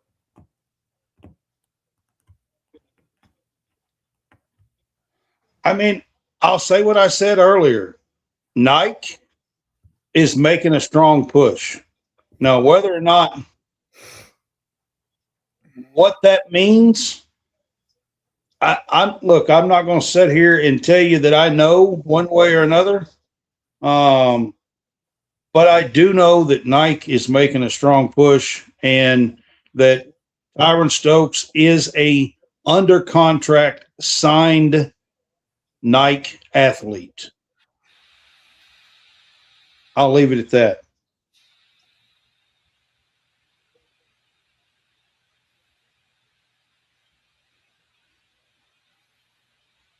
I mean, when it comes down to it, lawsuits can happen. Breach of contracts can happen. I don't know. I have no idea. But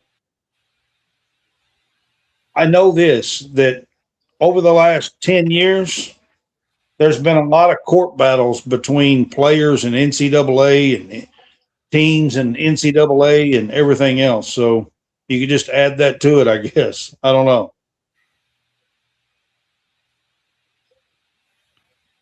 All right, this game has started back. I am going to take off the halftime score here that I have up, and I will again put up the scores after the media timeouts here, and maybe down the stretch I'll try to put up a score too as the game closes out as well here. But the game has started. Michigan is at the free throw line, scored the first point of the second half. So they're about to shoot their second free throw here.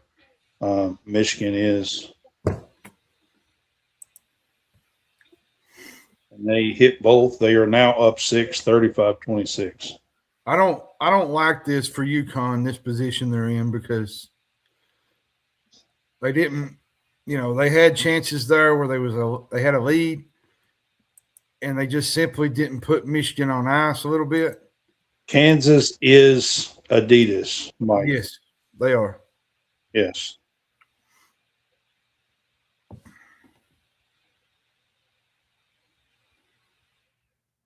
that's been one of the main sticking points. Yep.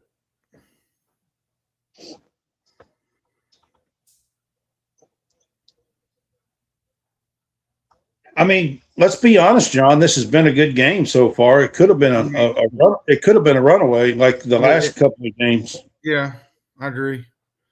UConn's making a bunch of mistakes here early, though. I mean, it's still a 4-point game, though. And so far, I mean, into the second half now, 1 minute and something in the second half, this has been a good game. I mean, the other night, Arizona, like it felt like they never was even in the game. They never was. No. Not really.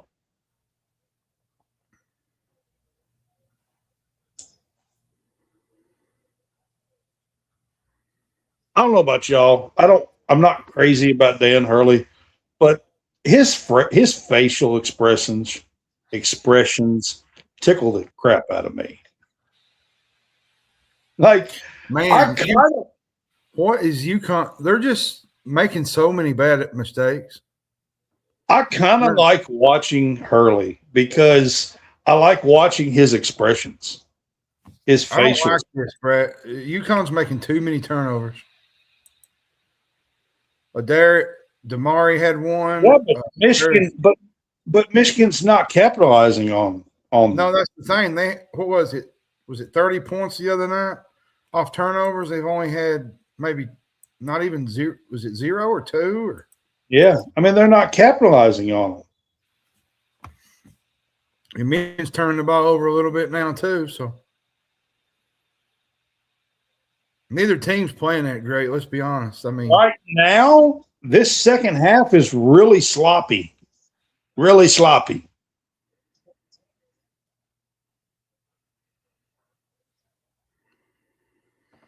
Very. Yeah. I think, did they just call that as a turnover? No. Guess they called a foul.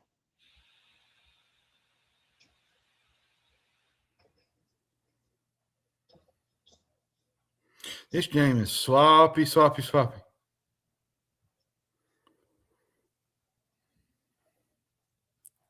Well, I mean, we're 3 minutes in, and each team has just scored 2 points. And they're turning the ball over, both teams. Yeah. Throwing the ball away. Like, it's not a pretty game.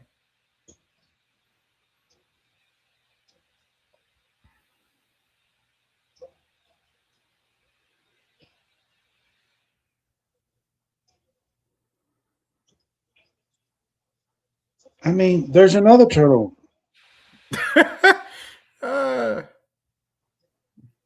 Somebody needs to post an Apple turnover. I feel like there's been like 6 turnovers by each team so far. There has, seems like.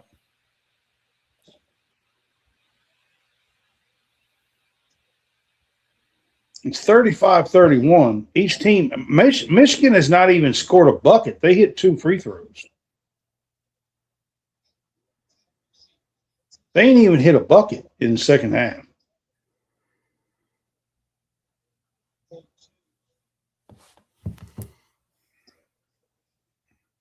You know what's crazy is for media people? What's that?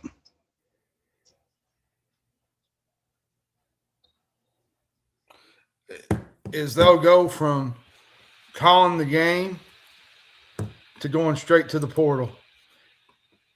Yeah.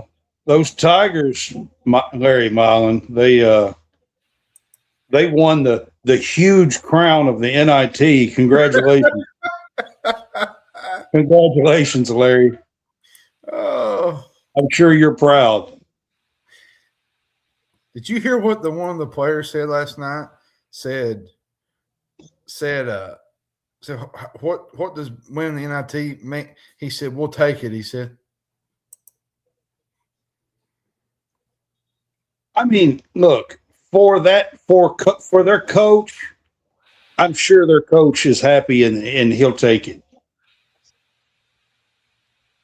Congratulations, Larry Mullen.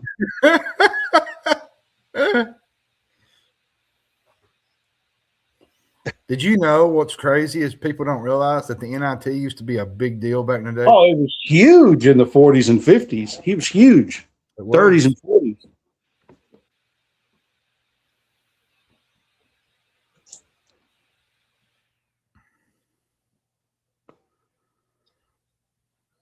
Anthony Davis has a prank show coming out after this on TBS, after the game tonight. If you're a Cat fan, if you want to watch something with Anthony Davis, he has a prank show where he's going to do pranks on players, on coaches.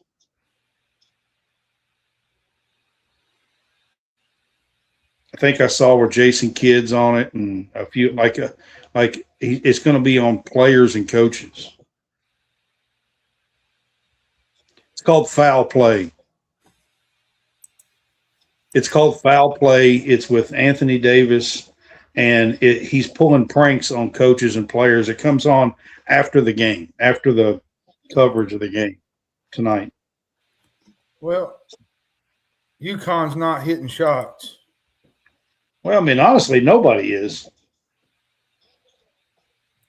Kentucky has been in contact with Kwame Evans via Polachek from Oregon. So there's you some news on the portal.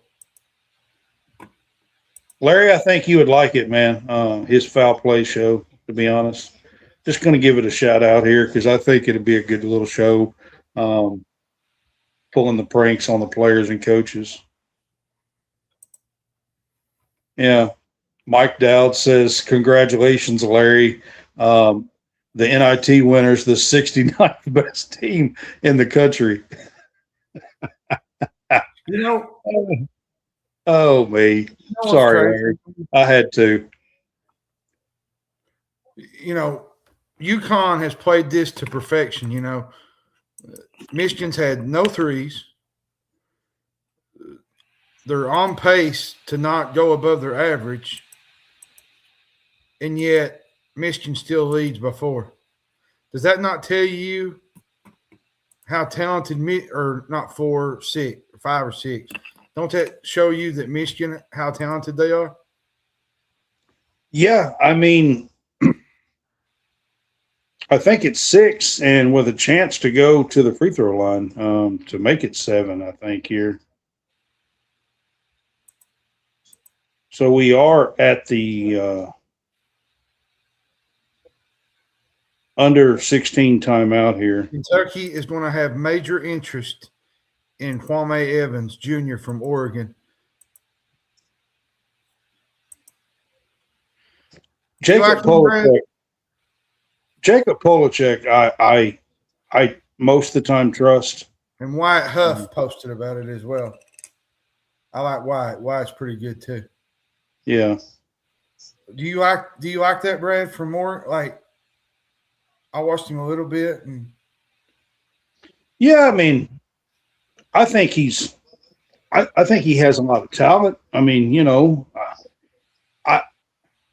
I kind of like the Donnie Freeman thing a little better, to be honest. And there's a couple of other kids that we haven't mentioned. The Miles Bird kid, the Tyrone Riley kid that we have been hearing that could be potentials for Kentucky. Here's my thing. They kind of play that small forward position. And if we're going to pick up a bunch of small forwards, in my opinion, it doesn't look good for Stokes. If we're picking up small forwards. I agree with you. Because I think you can't really sit. For me, you can't sit and wait on Stokes. Well, I mean, at this point, I feel like you have to. After you spent a year recruiting him and you're just a few days away from him probably making a decision, I think you have to wait for Stokes. So you can't say you can't wait. I think you have to be honest. Well, when you put this much time in, yeah. At this point, when you're just a few days away and you've done all this for, like, I think you have to at this point, to be honest. Like, you got to give the kid his time and let him figure it out. Unless, and you got the whole Nike pull. Unless he just says, well, I don't have to make a decision, and he waits till like May or something, then you might not. But if he's a week, 5 days, a week away from making a decision, you got to wait for him. Yeah. I'm really impressed by how, even though Michigan has not played great, is how they just stay poised and don't get tore up. Kind of pushing it out. It's now an 8-point lead here, and I think they just turned it over again. So Michigan's got the ball back, 15 to go here. It's 41-33.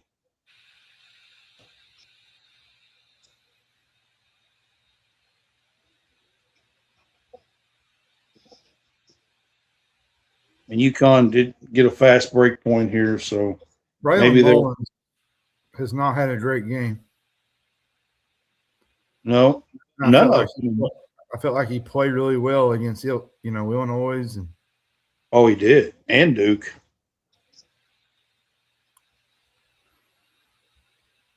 Just feels like Michigan just has so much better talent, and it's just you can see it.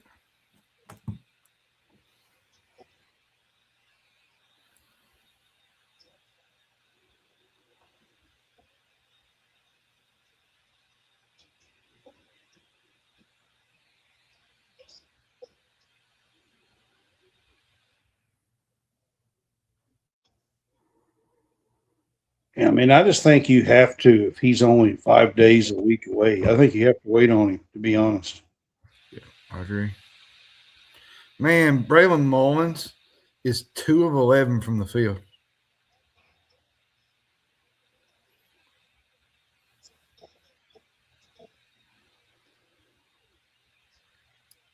Michigan's finally figuring things out, Brad. That don't bode good for UConn. I mean, they're starting to pull out. It's an 8-point game. It's 43-35. Here's Mullins. No, still can't find the bucket. He's having a bad game. Caravan gets a tip here and pushes it back to 6. So this game is more entertaining than the Arizona game, though. That's for sure so far. But Michigan does seem to be figuring out their offense here.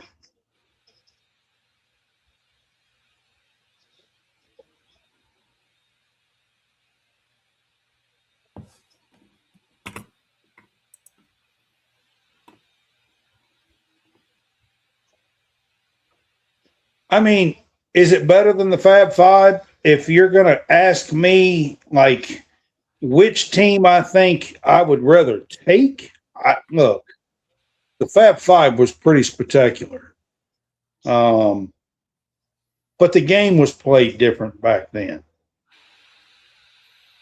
Okay, Michigan has just taken their first double-digit lead here. They finally hit a 3. Cadeau hit a 3. I think that was Cadeau, wasn't it? You want to know what's crazy? I was on the Wika earlier. I want you to listen to this on Dusty May. His coaching stops. Are you ready for this? Yep. Eastern Michigan from 05 to 06 as an assistant. Murray State from 06 to 07 as an assistant. UAB from 07 to 09 as an assistant. Well, I'm saying he has no experience. 2009 to 15, Louisiana Tech assistant. Then he kind of went to Florida, got an assistant job from 15 to 18. Then he went to Florida Atlantic from 18 to 24, and now he's at Michigan. I mean, honestly, the perseverance that he's went through and his determination, the hope that has really no guarantees, and he's 11 minutes away from a title? From a national title. Yeah, that's what I'm saying. Like, Everybody's like, well, you got to have this. No, you don't. Not in today's world. You don't have to have that. I hate to tell everybody, but you don't have to have that as a coach. You just don't. I mean, look around the country. Even in college football.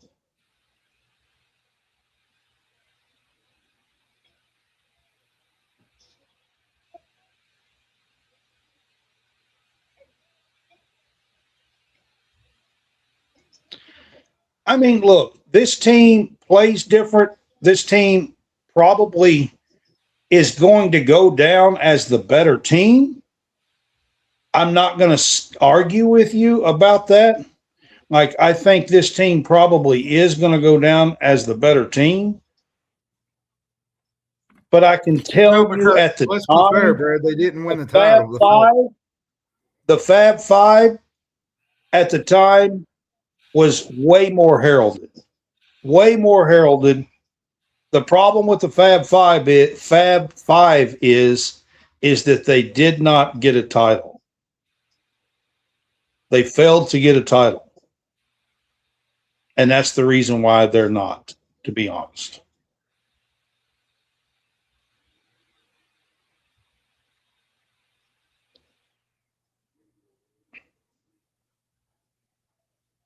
Michigan has pulled ahead. It was absolutely impressive that they were all freshmen in a time when all freshmen was doing nada. Yep. That was way before the time when freshmen was doing anything. All right. It was super impressive at that time. Elliot Cadeau just hit Michigan's first three, put them up 48-37. Michigan seems to be pushing this game out. I told you at halftime or right before halftime that they were going to have to score points and figure out their offense to put this game away. And 7 minutes into this second half, it looks like that's what Michigan is doing here, to be honest. There's 12 and a half minutes to go. It is 48-37.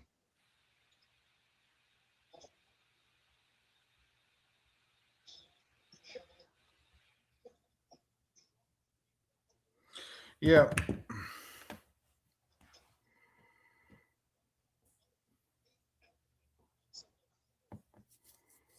I mean, if UConn doesn't do something here, this game could get out of hand. Yeah, they're not playing good. And they're not hitting nothing. They've reverted back to UConn from early in the season, and that's not what you want in a game like this.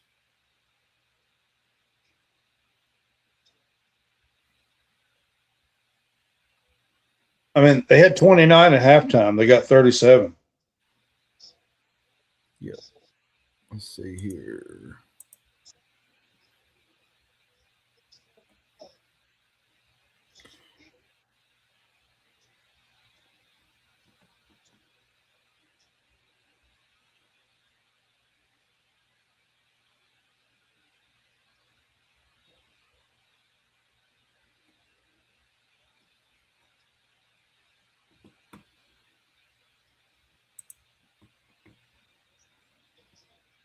Jacob Polachek made a post about the Evans thing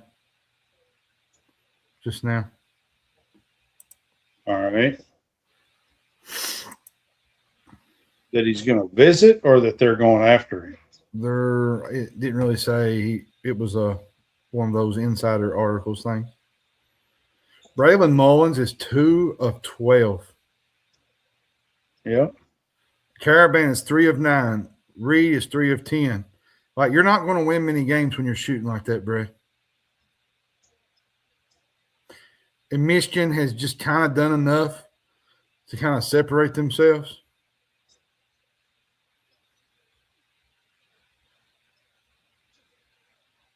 Yep.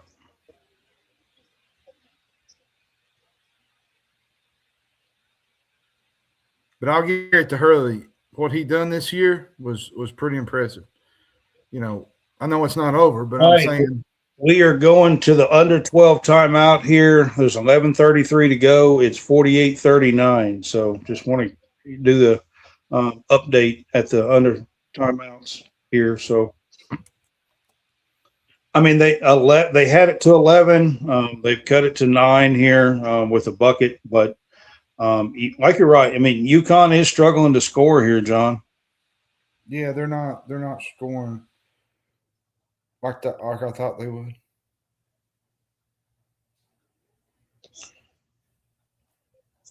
Larry is actually a football official. So just want to let you guys know he actually is an official. Mid-South Conference or something like that. I forgot. What's the conference, Larry, that you're official in?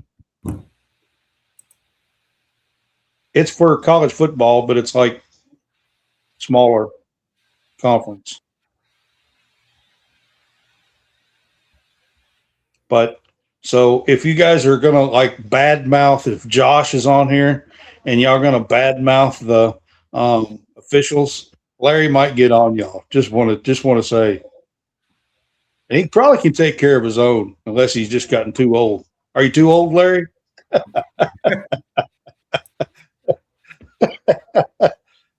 He used to be able to take care of his own. I can tell you that right now.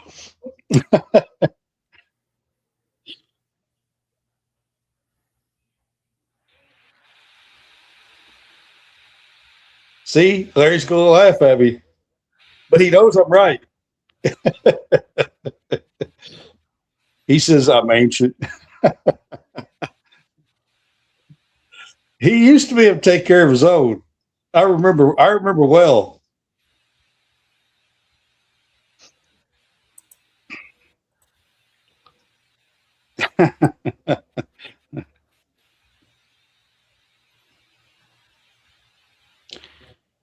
John, do you think UConn's got one more run in them to close this out? Did you see where Bobbin was at the game? The 7-4 Bobbin play with Luka at the Mavericks. No, I didn't see it, man. Yeah, he's at the game tonight. Huh. Play with Yao Ming too. Yeah. He was on, I think, with the Rockets. Oh, they're honoring the 76 team, the last undefeated team, 75-76 Indiana Hoosiers. There'll never be another team that does that. Yep. As long as I'm living, I'll probably be dead and gone. They just honored them in the media timeout right there. It's been 50 years. It's the 50-year anniversary of that team. Braylon Mullins, man, this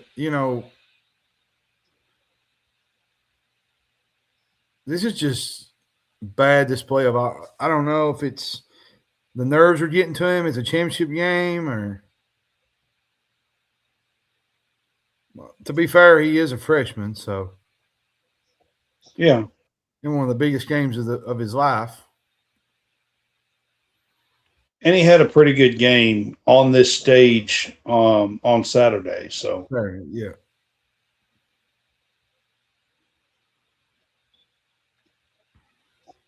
All right. This ain't the Fab Five era. I can tell you that. Because if that would have happened in the Fab Five era and you pull him down out of bounds, this is not the Fab Five era right here. I can tell you that for sure. Yep. I remember that era really well. I graduated in 93. Actually, so did Larry. So he probably remembers what I'm talking about too. Lindenborg's trying to change the game a little bit. They jerked Johnson Jr. down right there out of bounds. trying to fight for the ball. They would have did that to Jawan Howard. Wow. Lord have mercy. Maybe Y'all, do that to Chris Webber. yeah, Jawan Howard, Ray Jackson. Go ahead and try that with them. See what happens.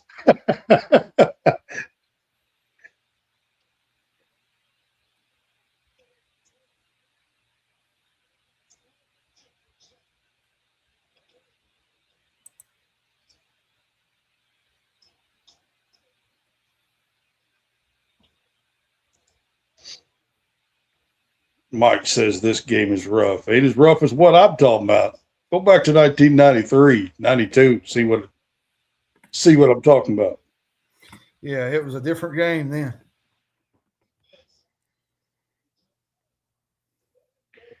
Larry remembers that 92, 93 team. Shit.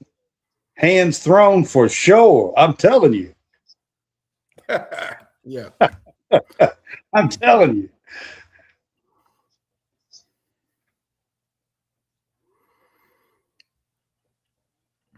This feels very dire for UConn right now. Yeah, they need a bucket. Yeah, they're. I mean, it's 9:29 to go, guys. Here, I'll take that. Let me take this down because we are 2 minutes past that. The score has not changed much. It is 50-41. Yeah, they're having trouble scoring.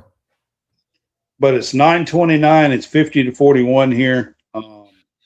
And I mean, Michigan is going for their second ever national title. UConn is trying to get their seventh, which would put them in third place all time by themselves. Right now, they're tied with North Carolina with 6. I'll say this. Michigan should have had one back in 13 when they played Louisville. Wow. Caravan just made a hell of a play. Stripped it on one end and fought 3 players off to get a layup on the other. Telling you, they're having to really fight to score. That's evident. And I was talking about the 13 team. They should have won the game against Louisville, the one that where Louisville had their championship rescinded. Yeah. That should have been a final game for Michigan to win with Trey Burke. Yeah. I think, wasn't they ahead late in that game? Halftime, maybe? Seems like it. It was getting tight.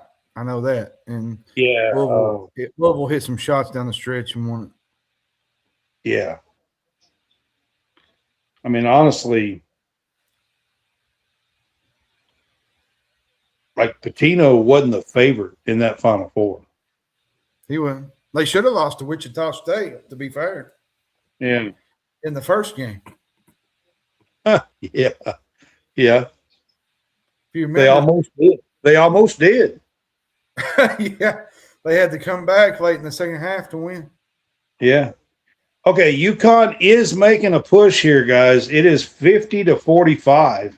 They've cut it to a 5-point game with just over 8 to go. Michigan has the ball. No, that wasn't the Purvis Ellison team. No, Never Nervous Purvis was 86. Yeah, that was way back in the day. Way before. That was 86. Wasn't that with what's the kid? No, that wasn't Milt Wagner, was it? No, Milt wasn't on that team. He was a little bit before that. He was before that, yeah. Herbert Crook, Payne was on that team. Gosh, there was a couple others. I'd have to go back to my memory bank to try to remember, but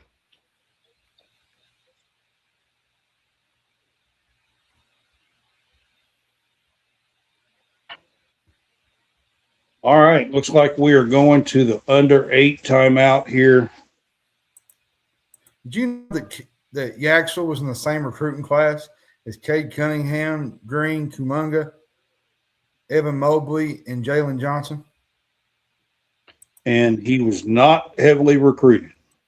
Not at all. No. No.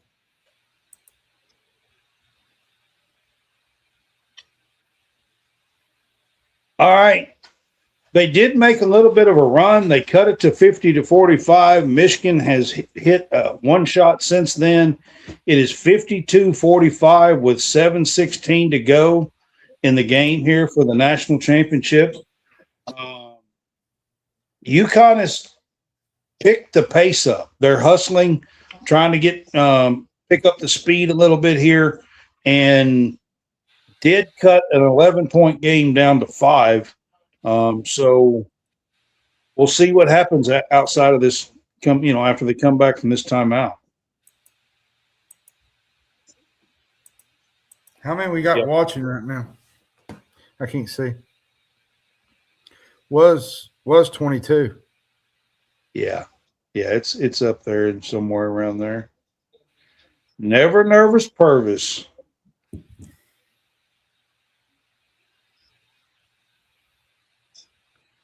Oh, Mike says he's 63. Okay. All right. I didn't realize that, Mike. I thought you was in your 40s.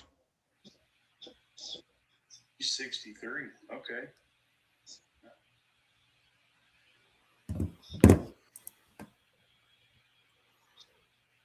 Yeah, Larry, you're old, man. This is a stretch right here, I think, Brad. 7 minutes to go. See if he remembers he's younger than me.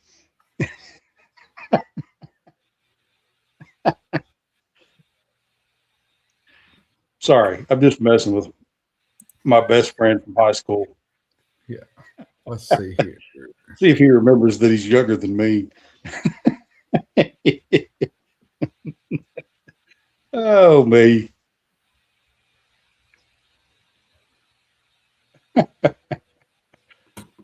Mike said, I wish. I did. I thought you was in your 40s, man. I really did.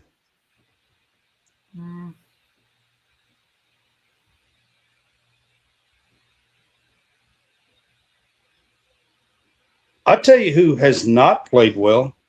You was talking about Braylon Mullins. Yaxel Lindenberg hasn't played very well either. No, he hasn't.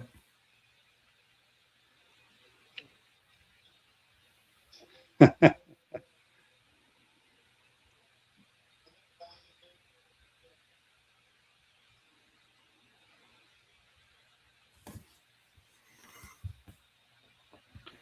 didn't know if he would remember or not. I feel like if you're UConn here, you got to hit some shots. There's 7 minutes to go in the game. You're not going to be able to just Elliot Cadeau is Elliot Cadeau the leading scorer for them with 15 for Michigan? I think so. I believe he's their leading scorer with 15. I think he is. Yeah, he's got 15. Mara's got 8. Yes, the doctor's a dunk. Yeah, that was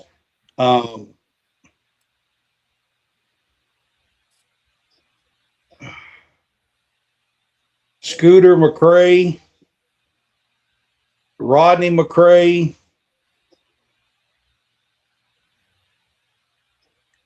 Daryl Griffith. Oh, Daryl. I love Daryl. Daryl Griffith was one of the main ones. I don't like where this game is heading, Brad. I remember them, Mike, but I was really, really, really young when that team was together. Like 6 or something like that.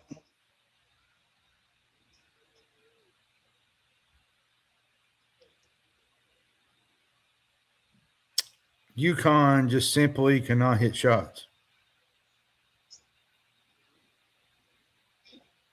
They had a chance, they cut it to 7, cut it to 8, cut it to 4, And every time they do, it just seems like they can't hit a shot, and then Michigan kind of crawls back and puts the lead back up. Like, Well, I it mean, don't really feel good right now if you're a UConn fan. this has been much more of a defensive struggle than I thought this game was going to be. Like, I knew UConn was going to try to make it this way. I just thought this Michigan team could overcome it a little bit more, to be honest with you. But they really haven't. I mean, we're sitting at 6.5 minutes to go, and Michigan is shooting for they have 53 points and maybe 54 if he hits this free throw.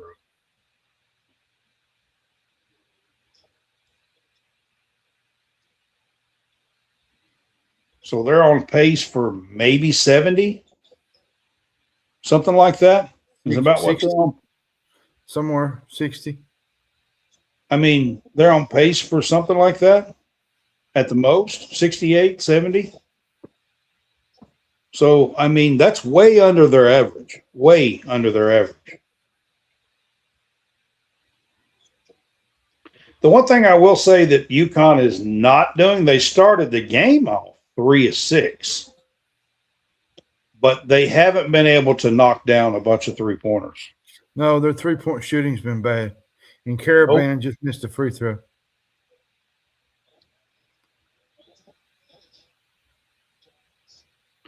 Yeah, their three-point shooting, they started off, they hit 3 of their first 5 or 6, but they have not been able to replicate that after the start, to be honest with you. Brad, they are 5 of 26 from 3. I told you. And they started either 3 or 5 or 3 or 6. That's where I told you guys, if UConn was going to stay in this game, they had to do 2 things. They had to hold Michigan down in points to under 65, and they had to hit threes. And they're close on holding Michigan down to 65 or under. Caravan just missed 2 free throws. I mean, what's up with that? He normally don't miss that many in that order.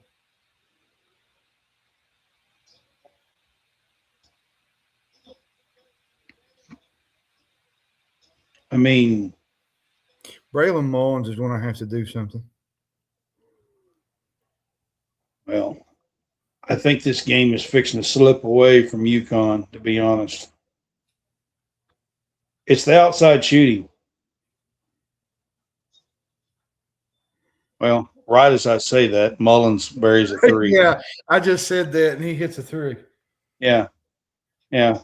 Right as I said that, Mullins buries a 3. But anyways, never fails, does it? yeah.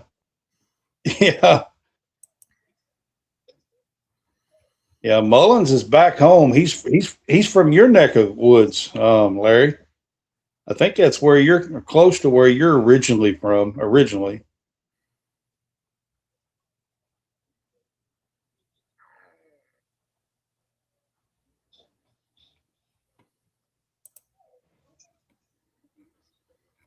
He grew up a Kentucky boy, but do you know that UCLA girls had the smallest budget of the women? $7.8 million. of the 4 that was in the Final Four. Yep. UConn was 12.5. South Carolina was 11.5. Texas was 9.8. And UCLA was 7.8.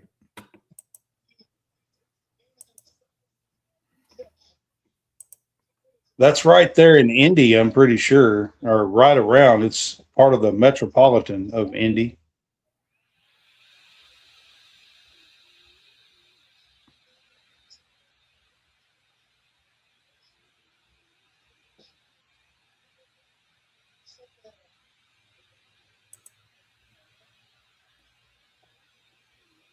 I remember, man.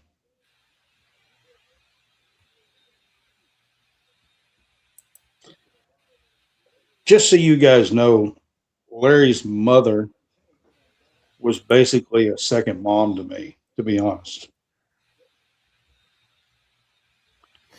I've absolutely loved her. She's been gone for far too long now, but loved her, like tremendously loved her.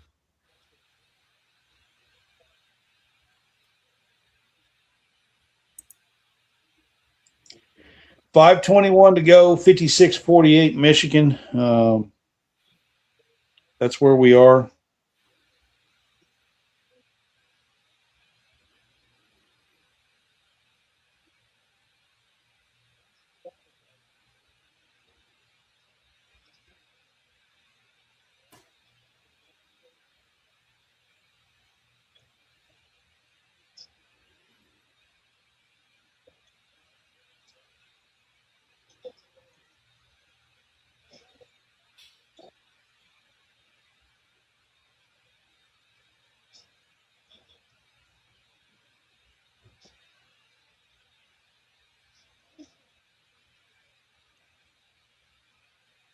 All right, it's actually under 5 now. The clock is ticking as you're typing, so, but that's the right score, 58-48.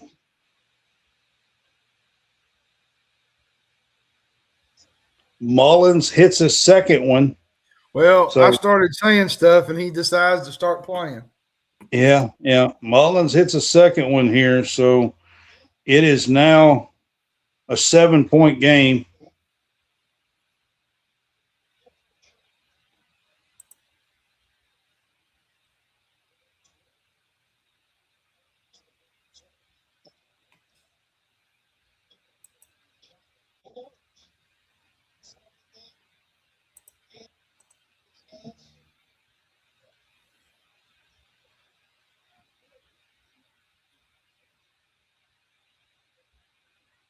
All right, I think I got it updated there. It's 58-51. There's 4:13 to go. Michigan is at the free throw line. Yaxel Lindenborg is at the free throw line. He has 12 now. He just hit a free throw. Like, he hasn't played great.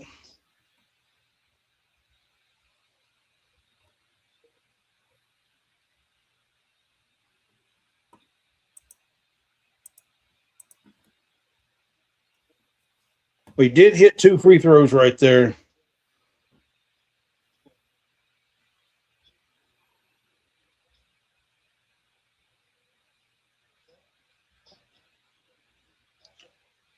Honestly, miss her. Have for years.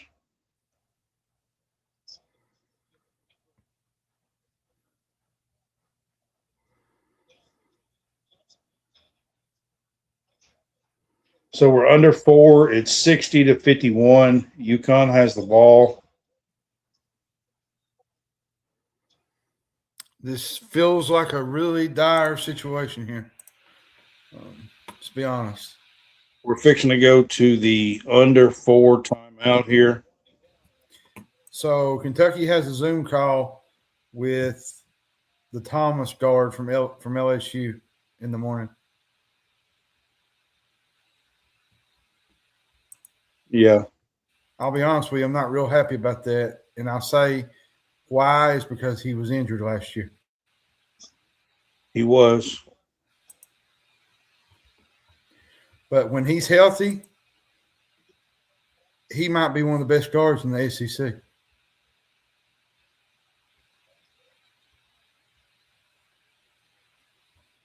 Yeah, we don't want more injuries. No.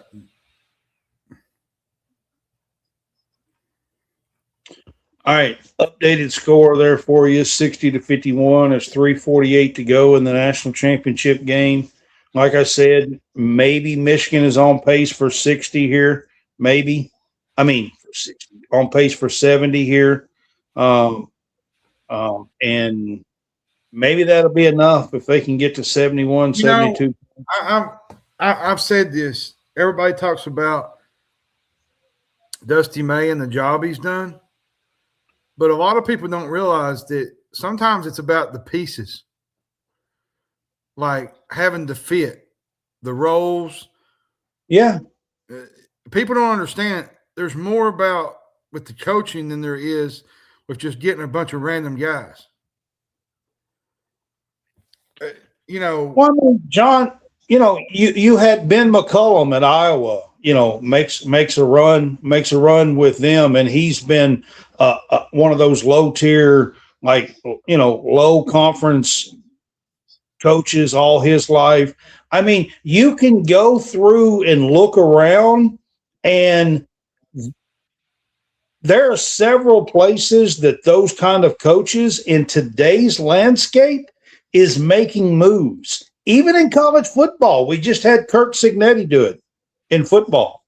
Well, here's my thing. You got a former 5-star and was a starter at North Carolina. I'm talking about Cadeau. You had a former 5-star top 15 in 24. Wasn't that Morez Johnson, I believe? Wasn't he one of them? I can't remember. He was a McDonald's All-American, I believe, wasn't he? A freshman McDonald's All-American. Then you got Yaxel. Then you have the Mara kid from UCLA. And then you got 2 players that played on Michigan's not so good team, the 8-24 team. Yeah. To me, this has been all about Dusty May and how he carved the roles out for each other. And to be fair, they had the number 2 portal class in the country, but they all figured it out together.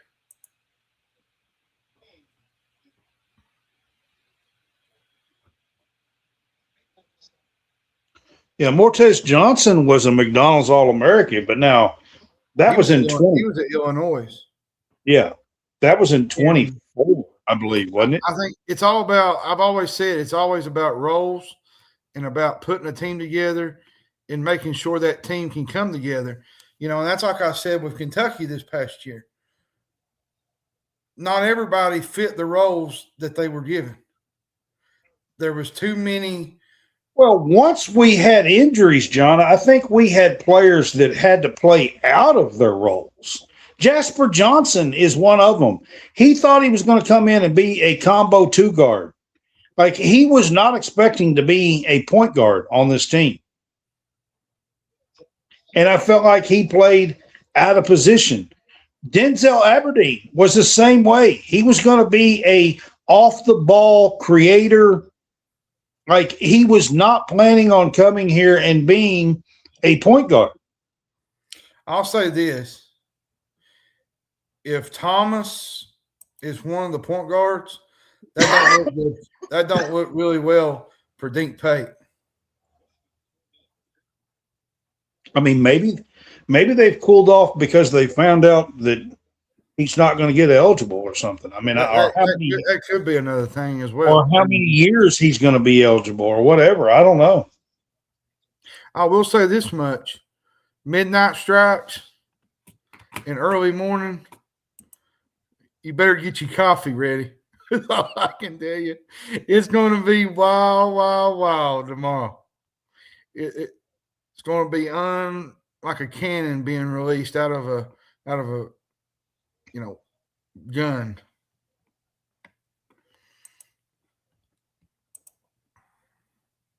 And unfortunately, that's where we are today. And like I said, in college athletics. So.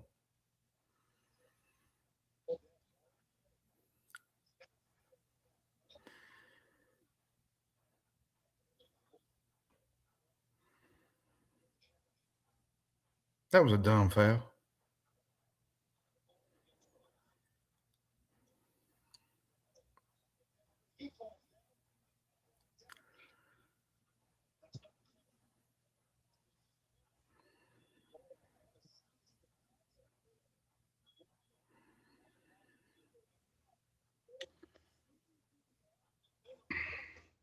That looks a whole lot more like a walk to me than a foul.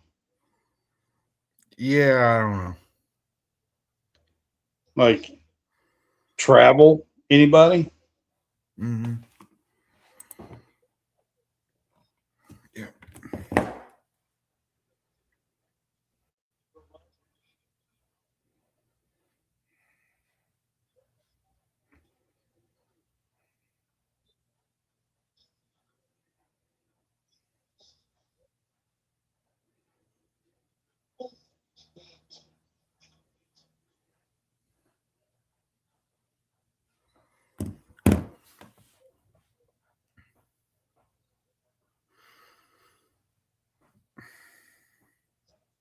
Well, they hit 2 free throws from Michigan, so it is now 62-53 after the 2 free throws.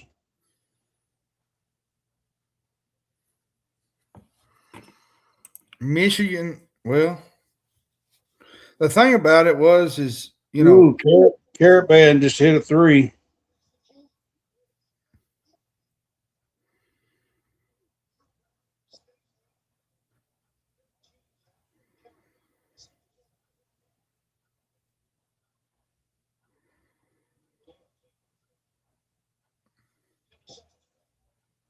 see, here's my thing, Brad, is UConn tried to slow this game for Michigan, but it just felt like that Michigan just has that talent to overwhelm even in a spot like that. You know what I mean? Like they have so many different weapons that they can throw at you. UConn did cut this to 6 with 2:20 to go, but Michigan they hit a 3. They just hit a 3. So yeah, this game is getting to where it's running out for UConn.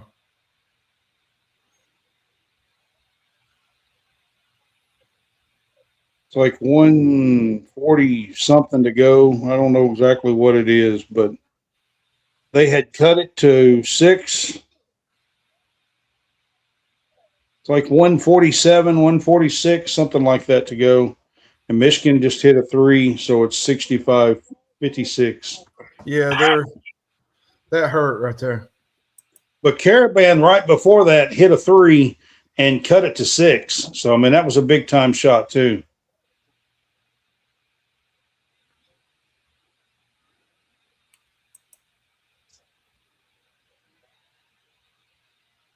Yeah, that was a big-time 3. Both of them were big-time 3s, to be honest. Trading baskets, yeah.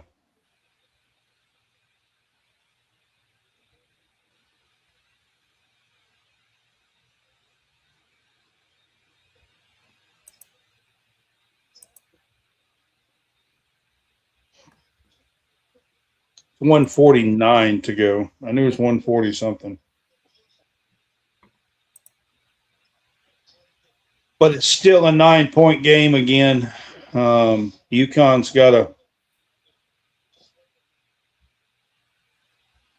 to score here to have any chance at all. You can't come away with no points here.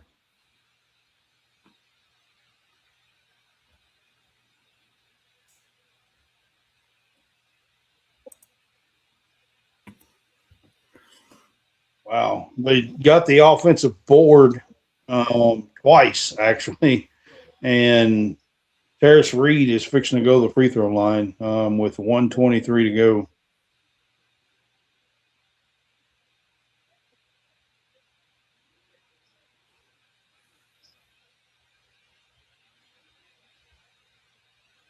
He's only a 60% free throw shooter, but he did hit his first. Let me ask you a question real quick while we're on this whole portal talk. Do you think Kentucky should go after 2-point guards?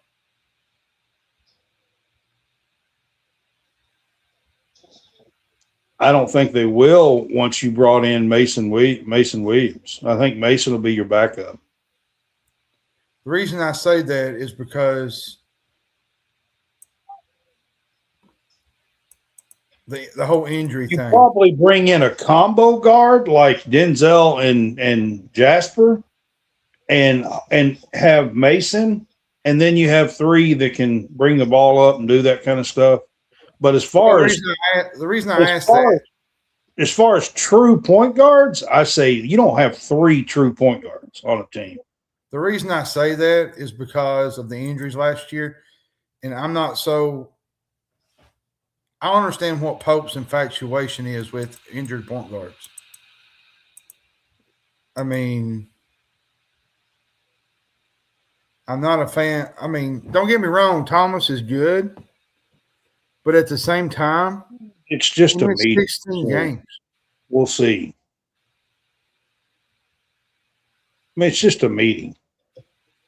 Yeah, but they're hoping that he'll commit, Matt Jones said.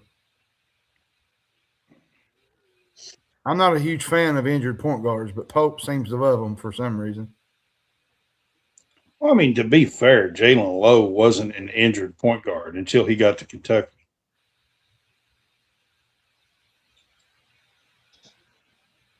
I mean, it's not like he recruited an injured point guard. He just got injured before the season. The luck is really bad in Lexington. Michigan hit 2 free throws. It's back to 9. There's 1:07 to go, so it's 67-58. I think at this point, if you're down, looks like the Wolverines are fixing to win the national title here, guys.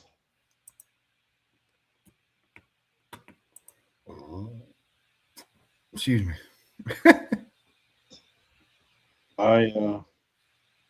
I do believe the Wolverines are fixing to win the national title here.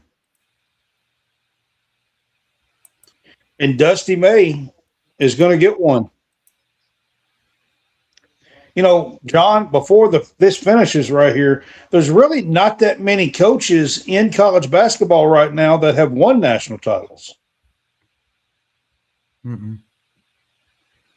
You got Scott Julia Baylor. I don't want Mike saying the past wasn't injured when he got here. But if you know you had a bad year last year and you see a guy that's been injured last season, don't you really think you need to, you know, because this is a pivotal, to me, it's a pivotal offseason, Brad. And I don't think you should be going after injured guys, in my opinion. I mean, I agree with that, man. I'm not like, that's not. You're putting yourself in a corner, man. And honestly, that really shouldn't even be a question, if you ask me.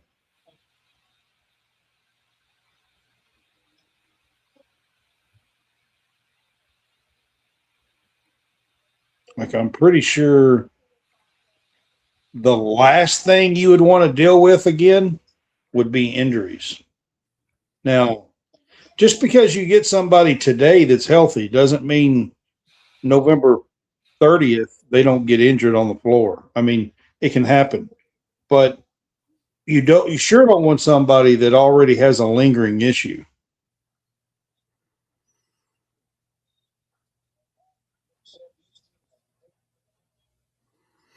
I get you, Brad. I get you.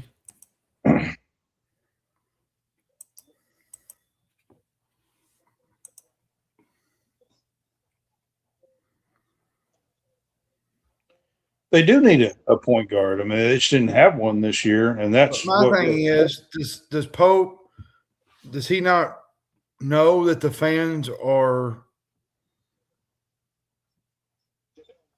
you know, at a pulse right now? Is my question. Well, Michigan just turned it over, up 7, so they're giving UConn the chance here. That's my biggest question is, like, does he read the room is what I'm saying. I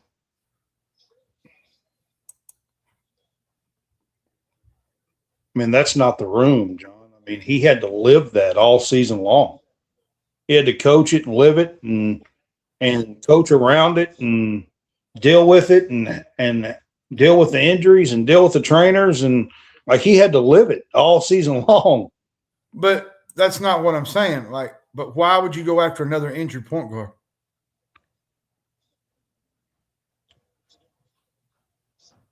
That's my biggest concern.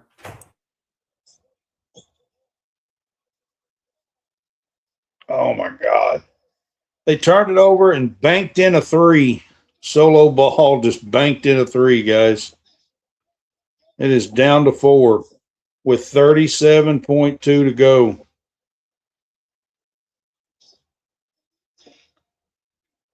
Yeah, the banks are open. This would be insane if they was to win this.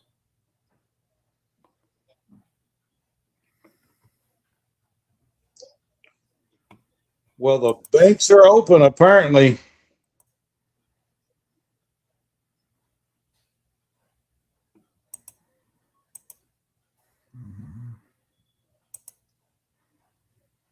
I mean, let's be honest. Michigan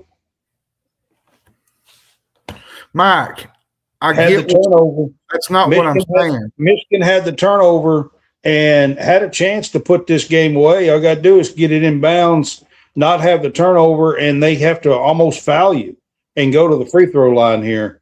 But instead, they turned it over nearly twice. They called the timeout to save the first one. So, I mean, and then they rise up and bank in a three. So,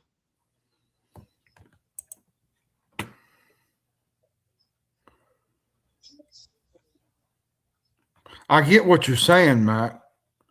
He said they wasn't injured when they got here, but you just don't take another chance on an injured player. Mike, yes, but Davian, whatever his name is, Thomas from LSU has been injured.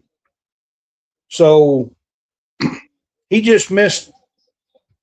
If I'm not mistaken, he's been injured 2 of the last 3 years. I go look. I'm not real sure. I'd have to go back and look.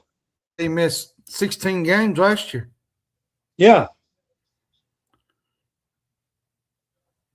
The Thomas kid from LSU has been injury prone. Fans ain't going to like that if that comes to fruition.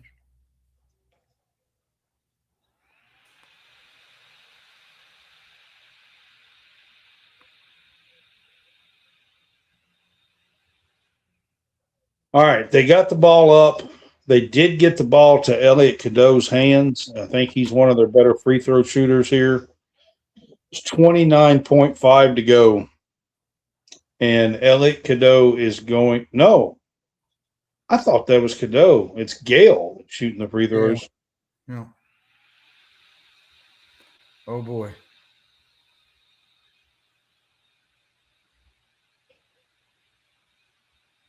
Okay.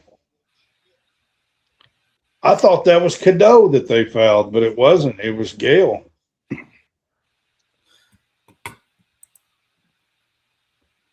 Josh, you're missing my whole point. I mean, I just said what the point was. But Josh is like, just because they're talking to him doesn't mean they're going to get him, John. But that's not the point, Josh. The point is you had an injured point guard the last 2 seasons, and you're going after another injured point guard? Don't make a lot of sense to me.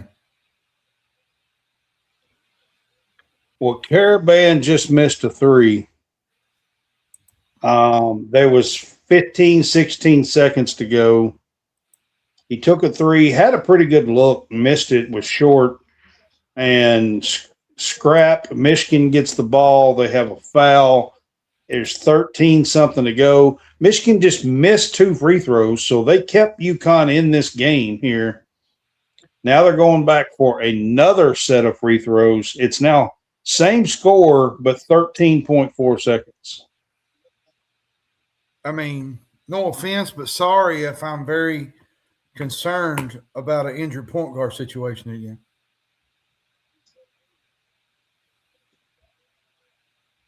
I mean, we've dealt with it the last 2 years.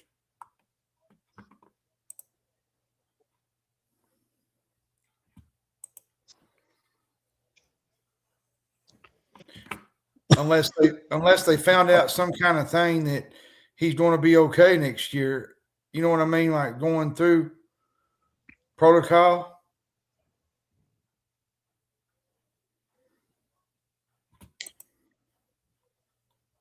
They're reviewing a play here, by the way. So I don't know if he kind of threw an elbow. Michigan player did. So I don't know if we're going to reverse this and call the elbow here. If they do, this is a big play. UConn is appealing. I mean, if they overturn this and Michigan gets free throws in the ball, I mean, UConn gets free throws in the ball. I mean, this game is still in play here.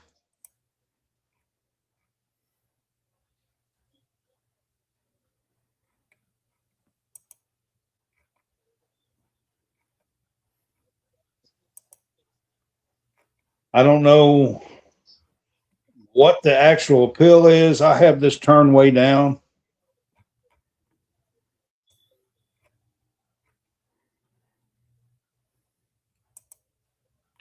The call stands. I think they was looking for a flagrant here, but they did not get it.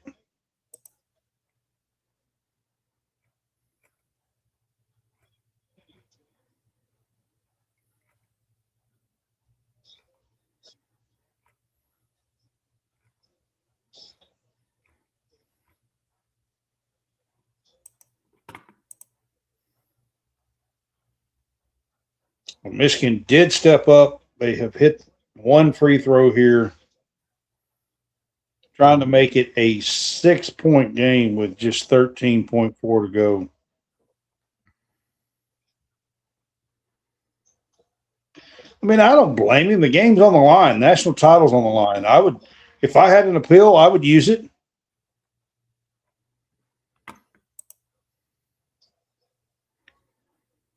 UConn's got it.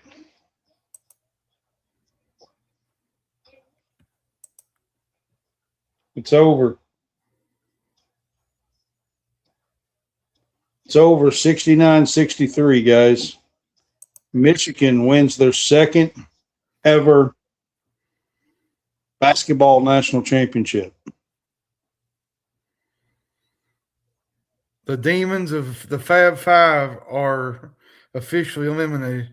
Are reversed.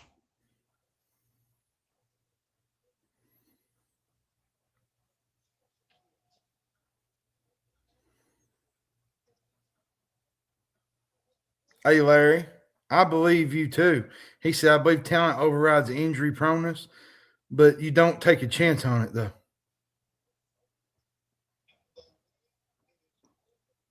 You're right, Mike. They did win without scoring 70.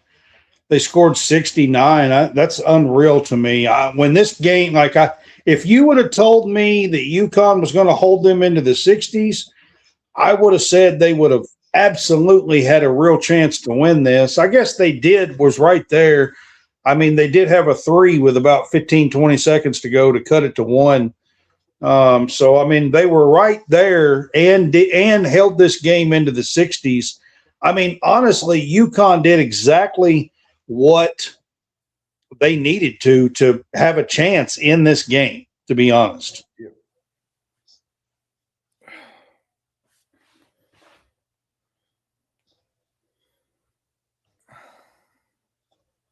Clyde, prayers if that's the case. Just want to say that.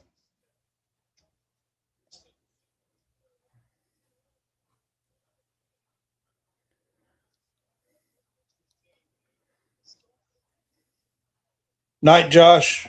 Appreciate you being here, man. Yep.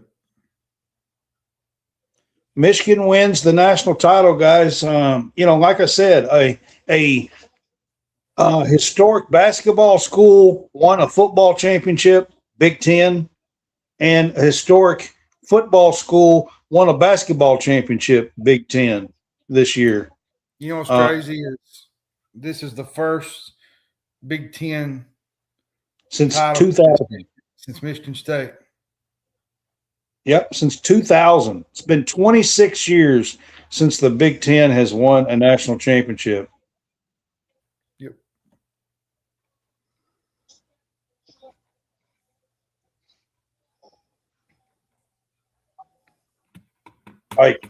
This is a big time deal for Dusty May in Michigan. What's crazy is that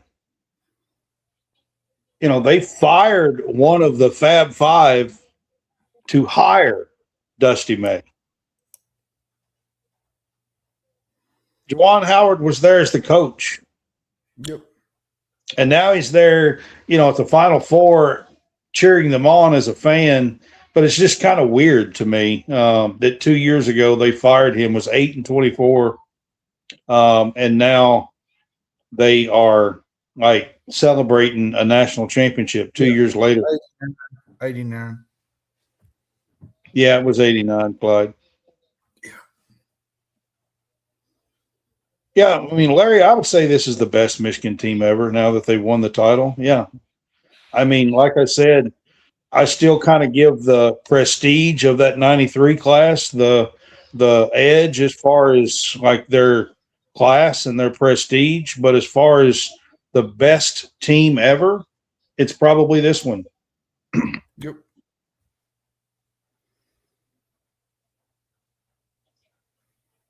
I think I'm ready to hit the sack, bro. All right, guys. It is late. It is almost 11:30 Eastern time. So Dan Hurley comes up short. UConn finally loses one. I don't know if you guys realize this, but like they were either 6-0 or 6-1.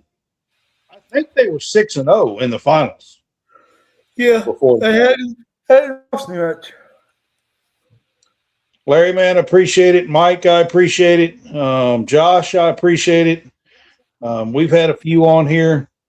Dusty May is a heck of a coach. I think he's from Michigan. He's probably not going nowhere. It's kind of weird what happened, but Indiana, he's from Indiana, got a great coach second year. Michigan, from Michigan, got a great coach second year. Big Ten. It's just kind of weird the way things have fallen the last couple of years in college sports and in the Big Ten's favor, to be honest with you.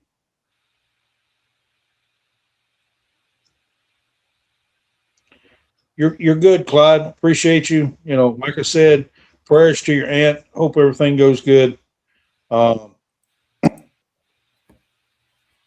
Brad's gonna get a little dribble of that pecan pie here in a minute. I am. I'm absolutely fixing to have that pecan pie here in a minute. 100%. Absolutely. All right, guys, we are going to wrap this up. We'll talk about who the MOP and stuff was here later on in the week. So I will say this. We're about an hour away from the portal opening. We are. Actually, we're 30 minutes maybe. 30, a little over 30 minutes from the portal opening. All I can tell you is better brace yourself. That's all I can say. Yeah. All I can tell you right now. I'm gonna let you handle most of it. I'll keep up with some of it, but you let me handle most of it last year. My head don't turn fast enough. Brad said, I got tickled last year because there was a point in time where you said, "This is just ridiculous. This is just out of control." My head don't turn fast enough. I feel like my head's spinning. I mean, it's just like this. Yeah, it's like a wild spin. Yeah. Yeah. Appreciate that, Mike. I wasn't trying to be hateful earlier, Mike, about the whole portal thing. I'm just saying, if you know you've had 2 straight years of injuries at the point guard position. Yeah, I mean, it looks to me like you'd want to stay away from a known chance that it could happen again. That's all I'm going to say. I don't know. I just maybe he gets better. Maybe he gets healthy. Who knows? Congratulations to the Michigan Wolverines for winning the 2026 National Championship in college basketball. Dusty May, Yaxel Lindenborg, Elliot Cadeau, big time pickup. Matter of fact, he may have led the team tonight in scoring. Big time pickup from North Carolina to add to this team. So some big time transfers and pickups here for Dusty May, and they're going to get this championship. So congratulations to the Michigan Wolverines. We will catch you guys later in the week. We will try to do an updated show for the transfer portal. So y'all have a good night, and it's the end of basketball.